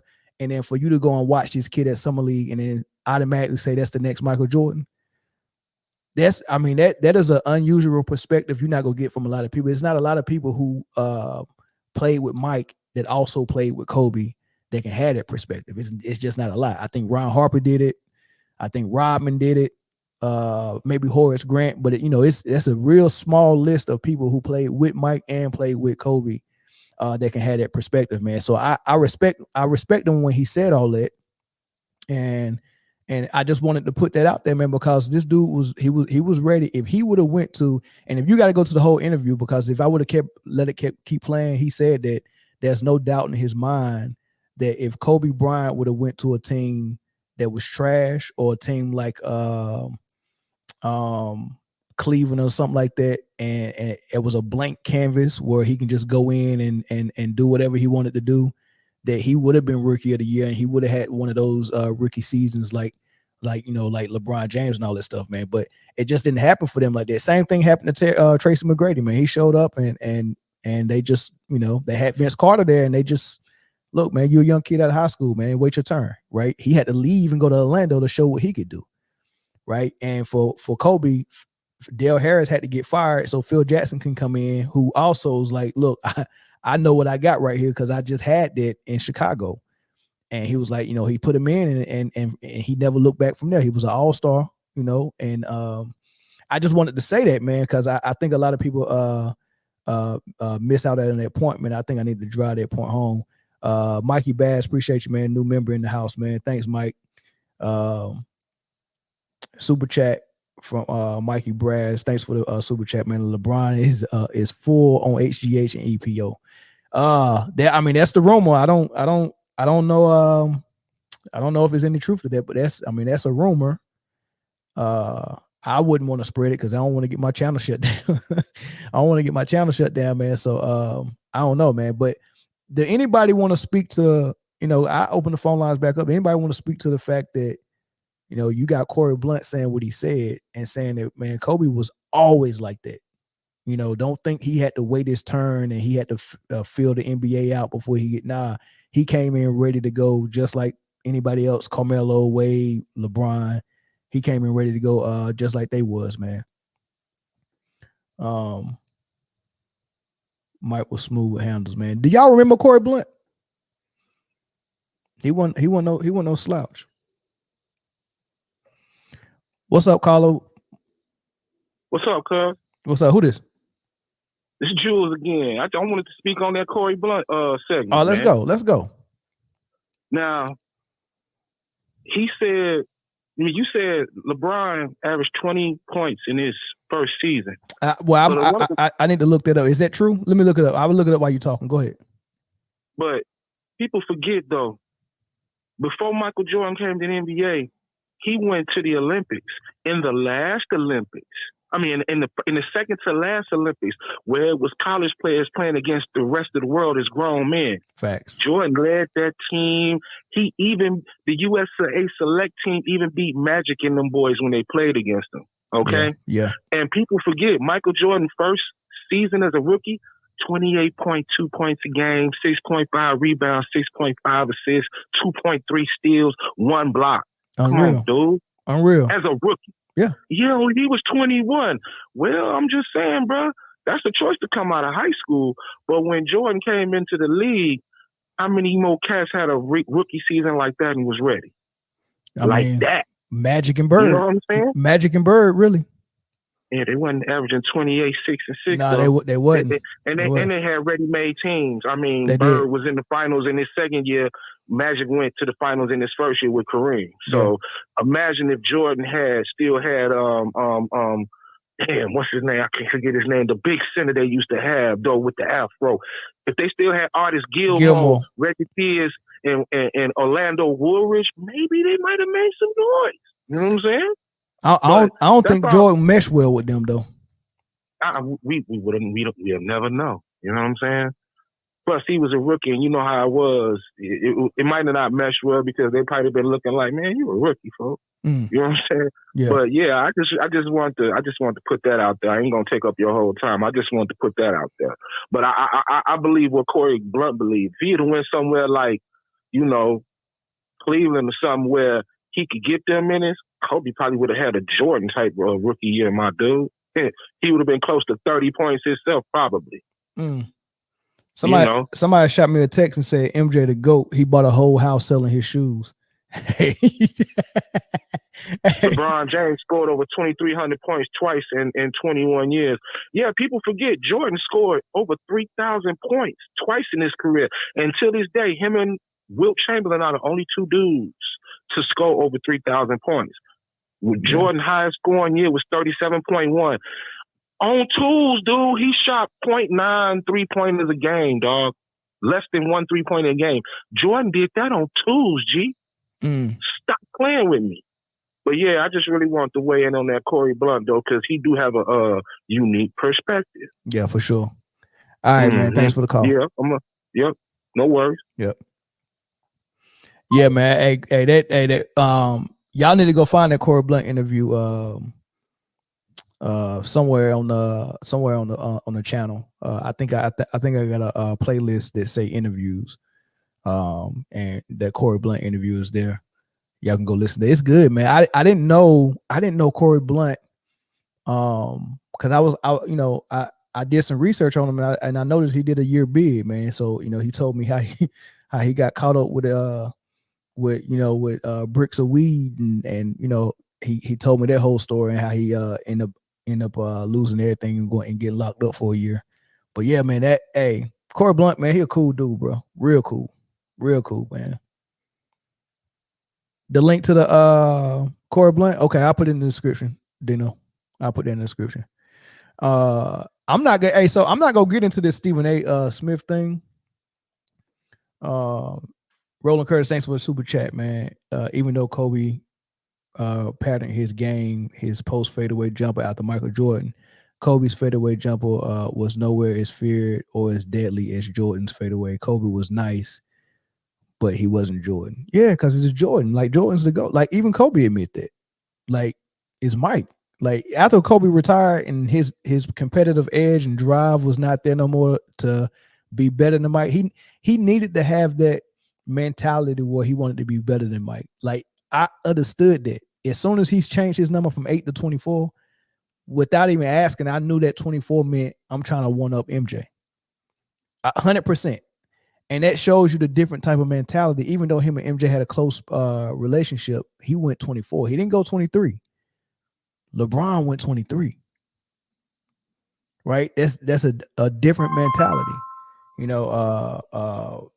Yeah, Kobe wanted to one up him. What's up, Colin? Hey, turn YouTube off in the background. He hung up. But yeah, Kobe wanted to one up MJ, and I respect that. But once he retired and he started doing interviews and people was asking him about that, man, the last thing he said about it, he was like, "Man, come on, man, it's Mike. Come on, it's Mike. It's the GOAT.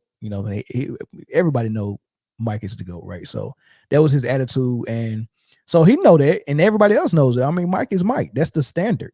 You get what I'm saying? That's the standard. If we got a standard that's close to perfection as possible, it's gonna be Mike. But the closest thing that got to that standard was Kobe. Like I said, player 99 and player 98. That's Mike and Kobe.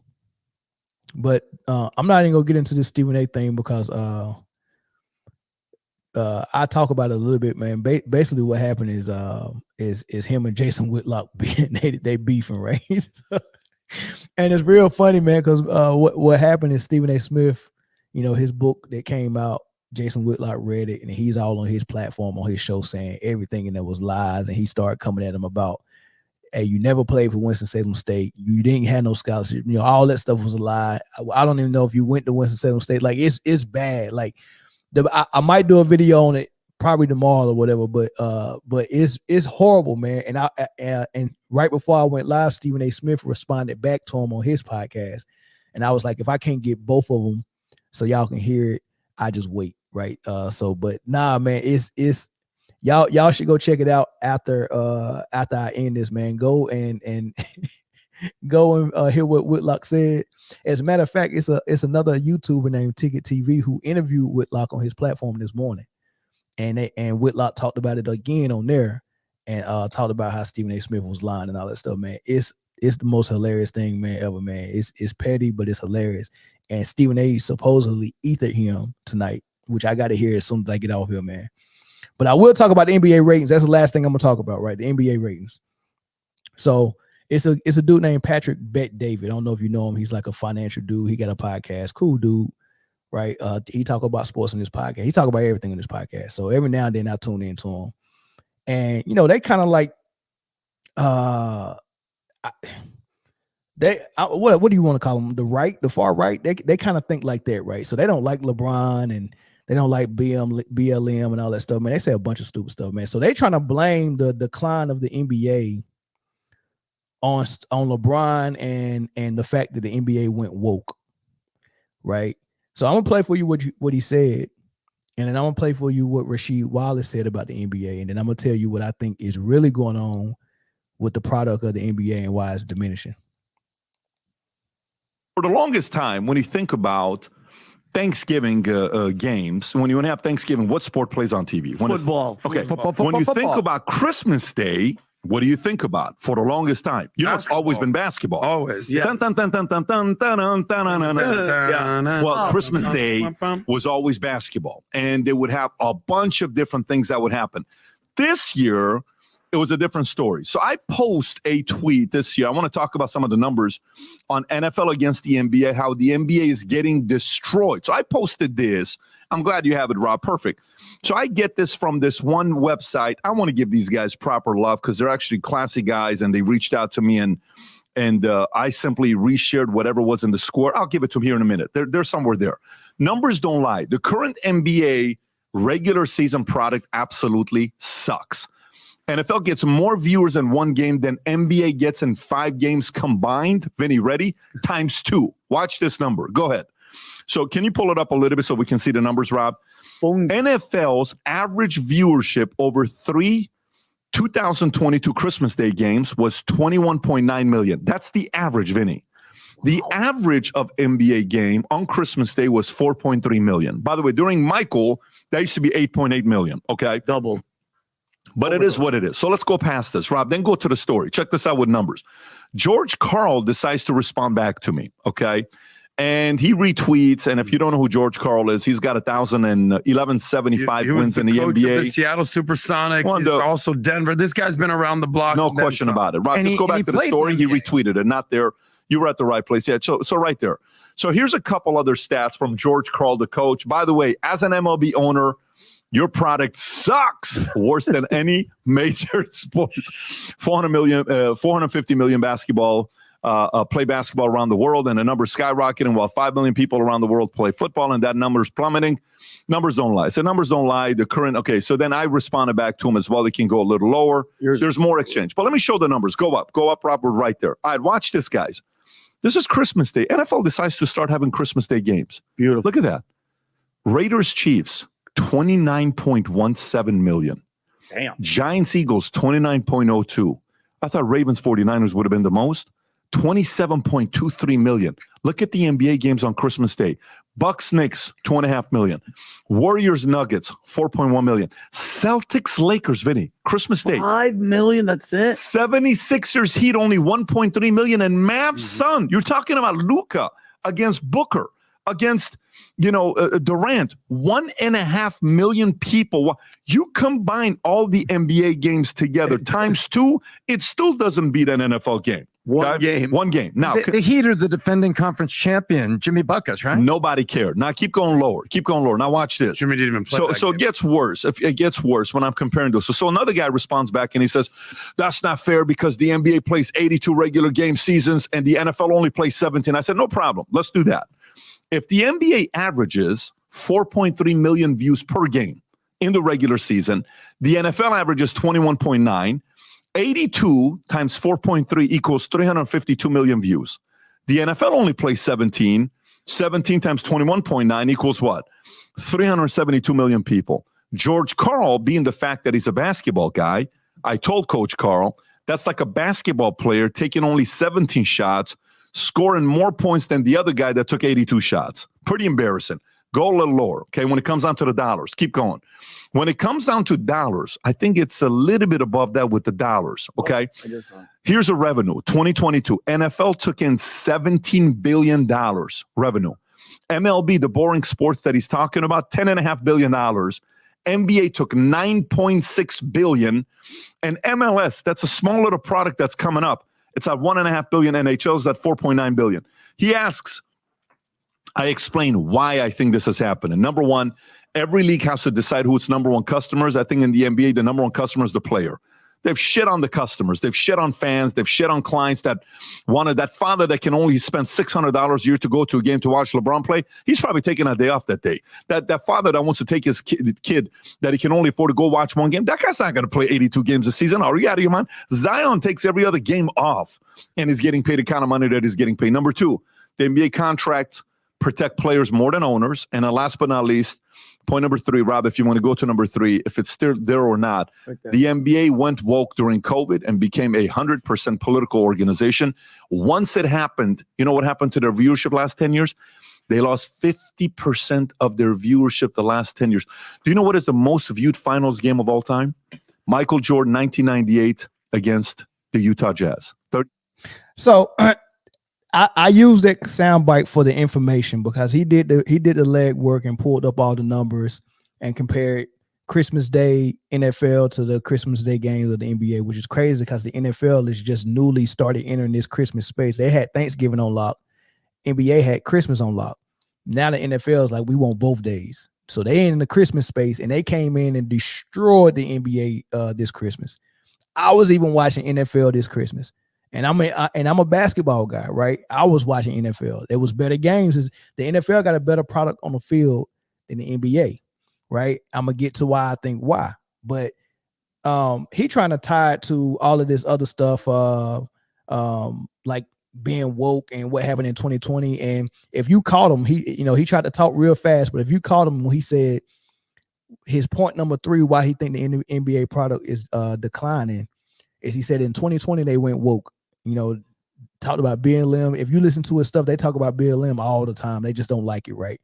And a lot of people had an issue with the NBA trying to support BLM and support George Floyd and all that stuff. They felt like, hey man, you going too soft. They wanted the NBA to be like the NFL was on Colin Kaepernick, right? So a lot of people was threatening to leave the NBA as far as being a fan and being a viewer, right? I don't know if people actually turned away from the NBA because of that, but people seem to still be mad at the NBA for that. People like him, right? But then he said the last 10 years that they've been declining. Well, if you're talking about they declining from something that happened in 2020, you can't go back 10 years and then act like that, those declining numbers are attached to 2020. So he tried to slide that in there. So I don't think it's an issue of people that think the NBA went woke or it's a political thing with them leaving the NBA. And if it is, then those are the people that the league don't really need around them anyway. Like if you just like basketball, just like basketball. Like, if they went woke in 2020 and it turned you off, okay, cool. They're not doing it no more. So, and the basketball product is still there. So if you like basketball, watch it. So this little boycott that he think that everybody's leaving the NBA because they too woke, I don't think is real. But those numbers are real, right? So here's Rasheed Wallace on his podcast talking about what he think is wrong with the NBA. They got to have some type of other storyline because of I think the lack of entertainment with it. It's all looking like I don't know if y'all remember Nintendo 64. Mm-hmm. Y'all remember the game Namu Rebel. Yeah. And what happened? Every time they come across half court, it's like do. And everybody always used to run up to that top corner or down to that to the bottom wing and shoot the three. Sure. Yeah. That was it. Same thing when we played NBA Jam, it was either you're gonna shoot the three or you're gonna shoot the dunk. That was it. And that's how it is now. It's like, that's it. They coming across half court, 1-2 dribbles or maybe one pass and you chucking up a 40-footer. And then you got 50 of these shots happening out of the 100 and something possessions. No, we need something else. Come on, we need something else. We need to get people attracted. So but that's what the analytics say. You got to shoot the 3. It's more than 2. And then, but so they say. Yeah, true. But the analytics is what got the game how it is now, where they got gimmicks, where they doing shit. How you not gonna call a travel call? How you gonna try to say that after I pick my dribble up, I take a side step 3 or 4 steps, it's not a travel? How if I'm hitting a Euro step where my first step I'm stepping through, but that second step I'm sliding and dragging my back foot? No, that's all travel. But they don't call it, they let it go. What is it doing? It's putting the skill set down, because now you got guys working on the wrong shit. Now you got guys who want to work on this pump fake. I'm going to take a dribble right and 4 steps left and I'm going to shoot the 3. Like, nah, come on. Call that. When I was playing, if I fucked up, made a mistake, if I felt as though I didn't travel, I asked the referee, yo, what I do? Hey, I might get a little demonstration. Hey, when you jab, you pick the other. So you heard that, and that's what I was alluding to. That comment is on the screen right now. Anthony Dwayne. NBA rule changes over the years diminish the product on the court. What you see on the court matters. The eye test still matter. That's what I think it is, and they can't ignore that. So why they're changing rules? I mean, it's so many people who talked about it. Charles Oakley talked about it. It's Adam Silver was talking to Garnett about it, and he asked him, "Are we going back to the normal rules where we can play defense again, where we can hand check?" And Adam Silver's reply to that was no. He said he don't think that's a more appeasing product on the floor. He think the way they got it now is more appeasing. He said he don't like the fact that someone that's bigger than Steph Curry, he used Steph for example. He don't like the fact that someone bigger than Steph Curry can hand check him and stop Steph Curry from doing what he do on the court, because Steph Curry got a skill set that needs to be seen, which is cool. I get that. Steph Curry got a skill set that needs to be seen, but if you're making it easier for him and you handicapping defenders, like let's say someone like Tony Allen, who was a great defender, or someone like Ron Harper, who was a great defender, he's 6'6". You know, he wouldn't be able to guard Steph. He would be at Steph's at his disposal. He'd just be there, and he can't out quick Steph, right? But his strength is his size. So if he can ever get his hand on Steph, then now he got the advantage. So the best part of the league in the 90s and the early 2000s was a big guy can use his advantage, and a small guy had to figure out how to use his advantage. So if you got a bigger guy guarding you, then maybe you got to develop some off-ball skills and run off screens and have that big guy chasing you off screens. They're not going to like that, right? That's what Reggie Miller would do, run off screens. Rip Hamilton was a small frame, but he'll run off them screens. That was his advantage. I'm going to run off these screens and catch and shoot, and you can't chase me for 4 quarters. And you got to run through all these screens. Rasheed Wallace, Ben Wallace, Antonio McDyess, Chris Webber when they had Chris Webber. Darvin Ham was there. They hitting you with all those screens. You trying to chase Rip Hamilton. By the time you get to the 4th quarter, it's going to be a different ball game. Your body going to feel different. And it's definitely going to feel different in the morning, right? So that was the art of the game. That, like, when the game was harder, you had to use every part of the game. You had to use your off-ball skills. You had to use your posts. You had to, people was pressing you from 94 feet. You had to walk the ball up court, sometimes turn your back just to get past half court, right? They changed the rules, like, all right, you can't have 10 seconds. We want to speed everybody up. You only got 8 seconds to get up across half court. And now you can't have a big man in the lane for more than 3 seconds. That's a defensive three in the key, because they wanted the lane to be more open for drives, right? Then you can't get the ball in the post and have your back to the basket longer than 5 seconds. So they'll call that. They start making all these rules to speed the game up. And every time they made a rule change, they was making it harder and harder and harder for defense to be played. They took hand check out. Everything was gone. So now you got to the point where now, like Rasheed said, you got a game where it looks like double dribble. You just got 5 dudes out there. All of them are guard. Remember in double dribble, they all was the same size. They all played guard. You couldn't post on Nintendo. Everybody was standing at the 3-point line, and you either got to the ball, got the ball, ran to the rim, and did that dunk, where that show that slow motion dunk, or you shooting a three. That's it. And that's what the game has turned into, is either we drive to the hole for a layup or a dunk, or we shooting a three. And it's boring as hell. Nobody likes it. The game is rigged. They're trying to appeal to a European market because they said forget the American market. They ain't going nowhere. We trying to get this European money. And that's why the ratings dropping, because they're not trying to satisfy us and what we like to watch for basketball. They're trying to satisfy the European market, and they're changing the game to look more like a European game.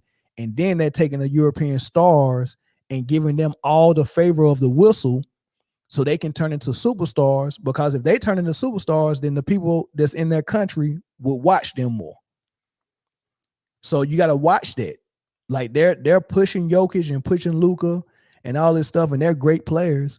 But those are type of players that we've seen in the 90s before get bullied by Shaq and get bullied by Karl Malone and Webber and Rodman. Like Divock had just as much skill as most of these European bigs isn't here now. The only difference was Divock, when he showed up, he couldn't use that skill. They wasn't going to allow him to run point and bring the ball up court and be the assist man all the time. Even though he in that Princeton offense in Sacramento, him and Chris Webber did do a lot of passing out of the high post and the low post and stuff like that. But as far as handling the ball, he could do it. But there was no coach that was going to allow you to do that in the 90s and the early 2000s. They wasn't going to let you do it. Sabonis was probably one of the best centers we ever seen. But when he came over here, they wouldn't allow him to shoot threes, even though he had 3-point range. They wasn't letting him knock down threes like they letting big men do now. He was in that post, and you had to guard Shaq, right? When Yao Ming first got here, oh my God, the way they was bullying Yao Ming, his first game was Shaq. Shaq took offense to that. Shaq was trying everything. He tried to bully him. He was talking about his mama, everything. You know what I mean? So that's the type of bullying that they was doing that they're not allowing no more, because they want the European starters to succeed and strive and all of that good stuff, right? So they diminishing the game on their own to try to appease a market for more money, and then they think that more scoring will bring more eyes on the game, because the way the game was in the 90s, you would really have to love basketball to watch it. But the way the game is now, you can enjoy it and not like basketball. That's why you see Rihanna and all these superstars, singers that don't know nothing about the sport at the game, because it's fun to watch them boys out there just play an all-star game. Every game is an all-star game. You got the Atlanta Hawks scoring 150 points 4 straight games this season. How? You got two guys that's capable of getting you 30, and that's Murray and Trey. And Trey is the size of my son. So how they getting 150 that often is crazy. 150? That's crazy. Well, we had games in the 90s that ended 95 to 90 or 87 to 78. Those were the type of games we had back then. But now we got regularly 120 and occasionally 150. That's an all-star game. And let's not even talk about the all-star game. Mike Malone said the basketball he seen last year in the all-star game was the worst basketball he ever seen in his life. It's the all-star game is getting to the point where it's looking like the NFL Pro Bowl. Nobody wants to watch it. Why would I watch the all-star game? It is the most horrible game. I mean, it's bad. I would rather watch the WNBA, any WNBA game before I watch an NBA all-star game. I would rather watch MTV Celebrity Game during All-Star Weekend and watch the freaking All-Star game. That is the worst game. So they keep coming up with all these gimmicks to try to, all right, man, we broke the league, but we want to keep it that way. So let's try to do an in-season tournament and see if we can get people interested then. Let's try to do a play-in tournament for the 8 seed and see if people get interested then. Let's do X, Y, and Z, and let's give a center for this, and all this crazy stuff. You're doing all these gimmicks because you're trying to pique interest back in your league. But the reason why you don't have interest in your league is because you messed the game up. The game on the floor is what's wrong with the NBA. It ain't got nothing to do with going woke and none of that stuff. Y'all messed the game up on the floor. Defense is out of the question. Post game is gone. Mid-range game is gone. It's just trash. And y'all letting people run around like Muggsy Bogues will average 30 in this league. and Muggsy, hey, like, come on, you gotta let me take advantage of Muggsy. If I'm 6'6" and I'm guard mode, you gotta let me beat Muggsy up. Come on, man. Don't make rules where Muggsy is murdering people because I can't touch him. I can't put my hands on him. Man, Muggsy will eat in his league. Spud Webb too. And probably Caitlyn Jenner. She'll eat too. But that's my spiel on that, man. I'm gonna open the phone lines up one last time before we end, so I can see what y'all think about this whole thing and what the NBA product has turned into. Let me see if I can get that phone number back up here. There we go. All right, phone lines back open for about 5 or 10 minutes. Then I'm gonna end it, and then I'll catch y'all on the next stream. What up, Jules? What up, though? All right, well, what you got for me? Did I hit the nail on the head, or am I off? Yeah, that dude you was talking about with all his numbers. Well, for the longest of time, only Holiday, the NBA, that only started in 1990 on Christmas, bro. Guess what? Because Michael Jordan was ascended. Yeah. They made money off that, okay? Yeah. And let him in on a little secret. I wish I had him on here. Before 1990, every Christmas, it was 2 football games, an 11 o'clock game or noon, depending on where you at, and a 3 o'clock game or 4 o'clock game, dog. NFL has always been America's pastime since it overtook baseball back in the damn 60s. Right. Period. And like you said about the NBA, when they took the hand checking out and took and made a defensive 3 seconds where the defensive center couldn't camp in the lane. Yep. I mean, damn, dude, they killed the game, bro. In other words, they talk about ain't no basketball IQ in basketball no more because they took all the thinking out of it. Like you said, Steph Curry, if the game was like it used to be, he would have to go watch old Reggie Miller tapes because Reggie Miller was nonstop motion. How the hell you think he got open all the time? Yeah. Had to use his off-ball skills. Come on, dog. You know what it is. Yeah. You know what it is. So you hit the head on all that. Oh, so the game is messed up and they messed it up with the rule changes. That's your opinion. Well, plus threes, dog. It's a rare few players in the NBA that got a mid-range game or a back to the basket game. Facts. Come on, But you hit it on the head. I just want to clear up a few things. 30 years ain't shit. The NBA been on NBC starting with, and another thing they lost when they went away from NBC. Remember how NBC before the Christmas games, before each game, they would set it up with the little music in the background. Yeah. They would actually set up the game like a storyline. Yeah, they did. I remember. I remember NBC on Sunday afternoons. On Sundays too, right? Sheesh. Whenever they had games, yeah, man. But it's like ever since NBC lost their contract in 2002, it done went to trash. They don't even set up the games. Like, yeah, they got the commercials and shit, man, but they don't set up the games no more. And then think about it. Nike was running the game back in the 90s. You could say Michael Jordan, but shit, you saw commercials with Charles Barkley, David Robinson, hell, even Scottie Pippen. Get what I'm saying? It was more to put them players out there in the forefront to make you even care about and watch the game. Yeah. You know what I'm saying? Yeah. So the game is down 40%, dog. I don't even really watch it until the playoffs, dog. I can't watch the in-season tournament. It's been around for a few years. I'll wait until they get to actually have an 8 seed because I don't think they should have ever did that. Top 8 in each conference, that's all it should ever be. Yeah. And then that in-season tournament shit, damn, y'all got to incentivize these dudes with $500K just to get them to play hard in the regular season? That's a problem. Yeah. That's for sure. So, but that's all I really wanted to say, man. You hit all the major points.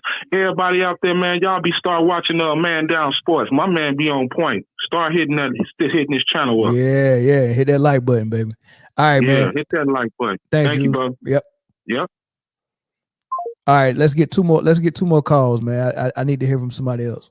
But yeah, do anybody got anything different? Do they think is something else that's messing the league up? Like, because a lot of people think that the load management was messing the league up, and they was like, "Oh man, Kawhi." Because he mentioned that too. He was like, "Man, you buy a ticket and you show up to the game, and Kawhi's not playing."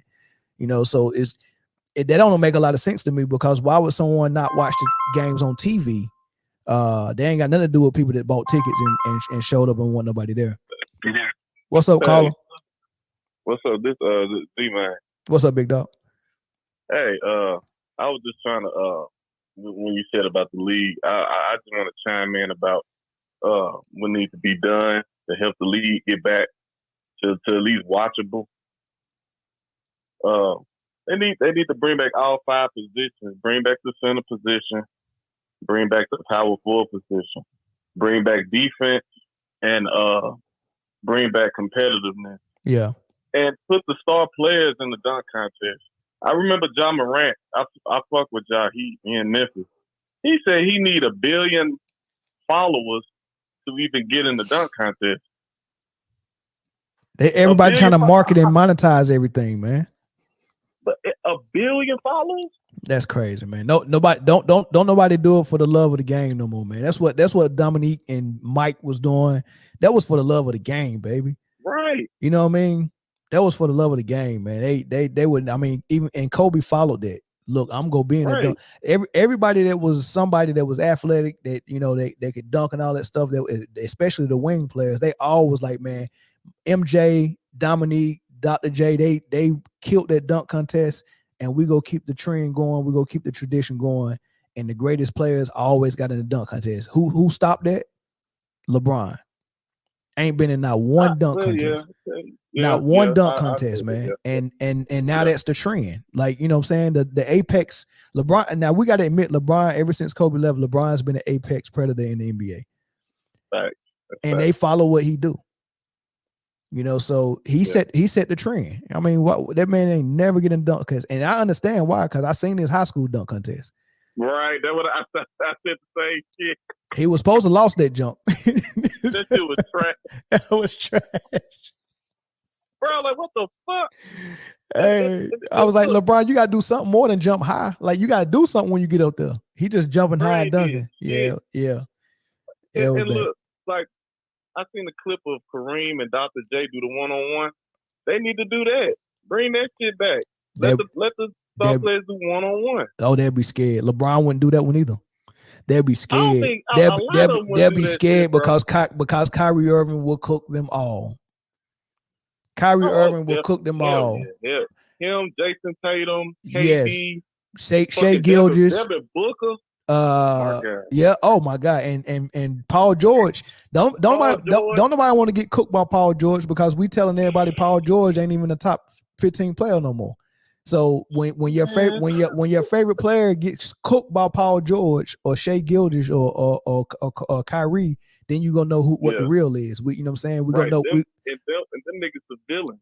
Like, they don't want to get clipped by the villain. Nah. You know, the media don't like them niggas. Nah, the NBA don't like that. Don't like You remember when the and one guys first started doing all these crazy dunks and they getting on the internet and everybody was begging David Stern to help the dunk contest in the NBA by inviting the and one guy, the street guys. And we wouldn't. When I was young, I couldn't understand why they wouldn't do that. I was like, man, that's go help your league. Because them niggas were scared to lose. They were scared to lose. You know how bad it look if you're supposed to have the best players in the league and they get lost, they lose in the dunk contest to some guy off the street. They couldn't have it. They couldn't have it, man. They couldn't have it.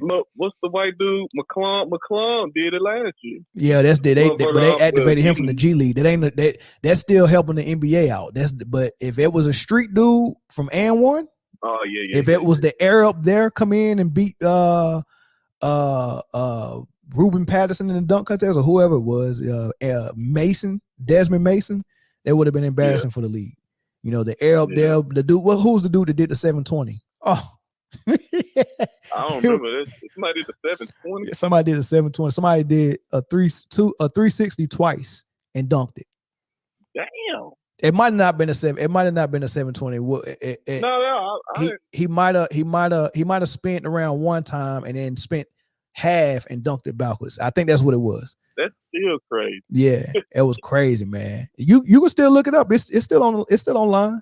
I think he actually did the dunk on camera that I could find. He probably finished the dunk twice. So he's done it more than once. Crazy. Damn. Yeah, look that up. I mean, it's it's just, you know, like what the last caller said, 500,000 for a dude to take the game serious. Get a 500,000 to the audience, to the people watching that come to the game. They should give us 500,000 for watching the All-Star game. That's how bad the All-Star game. Pay me to watch that, because that product is bad, man. Yeah, they already getting millions of dollars in contract money, bro. You need another $500,000 to play for real? Yeah. Come on, bro. That don't make sense. Yeah. It don't make sense. It's crazy. But you know, that's I ain't gonna keep you, bro. But I just had to say that shit, bro. All right, man. Thank you, man. Yeah, thanks for the call. Yep. All right, one more call. Super chat, Sergio, appreciate it, big dog. What's your top 3 most influential in sports, and what quotes have you lived by any of the names mentioned? Top 3 most influential is going to be Jordan. Is going to be influential. I would say Muhammad Ali, because Muhammad Ali during that time, and the stance that he took by not going to the war, and by saying, you know, I'm not going to go fight them. They ain't never done nothing to me. My enemy is right here in America. You know, I think that was influential, right? Definitely, whether it was negative or positive. Definitely Michael Jordan. We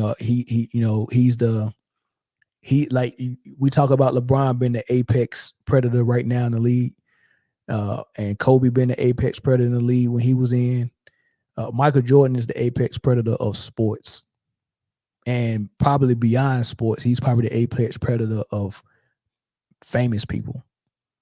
Like, when they talk about him coming in the room and he's levitating, only 3 people levitate when they come in: Michael Jordan, Prince, and Jesus. Right?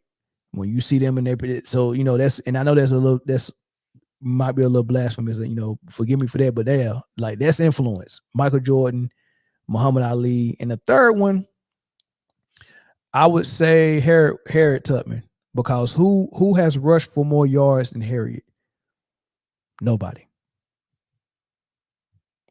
And with that, I'm gonna end the show, man. Appreciate it. Oh, what quotes they live by?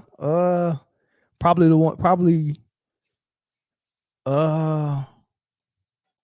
when Michael Jordan was asked if he could fly, and he said, yeah, for a little bit. Yeah, that's my favorite quote. All right. Oh yeah, Z-Man. Yeah, Michael Jackson too. He levitated a little bit too, but that's cause he was probably high. But one last phone call.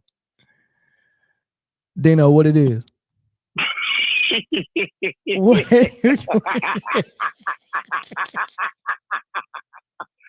Nah, man, you can't end this show with Harriet, bro.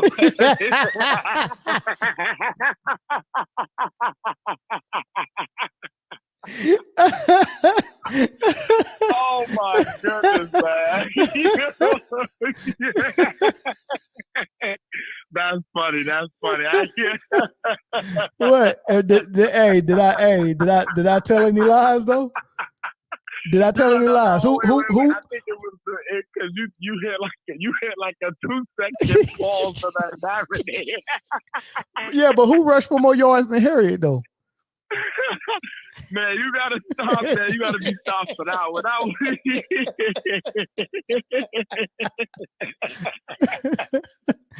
was a good one, man. I had to call in on that one. That was funny, man. Man, man. That was funny, man. Yeah, I gotta figure out a way to get these streams a little short. I'll be trying to stay under 2 hours, but I keep going a little bit over. Keep it going, man. We enjoy it. There's a lot of interactions in the chat. The chats are loving it. Keep going, man. Keep going. We here for you, and you here for us. That's the best thing for it, man. All right, big dog. I appreciate y'all, man. Appreciate y'all for watching the stream. Appreciate all the super chats, man. I put it to good use, man. And all that good stuff, man. So catch y'all on the next screen. Peace. Peace.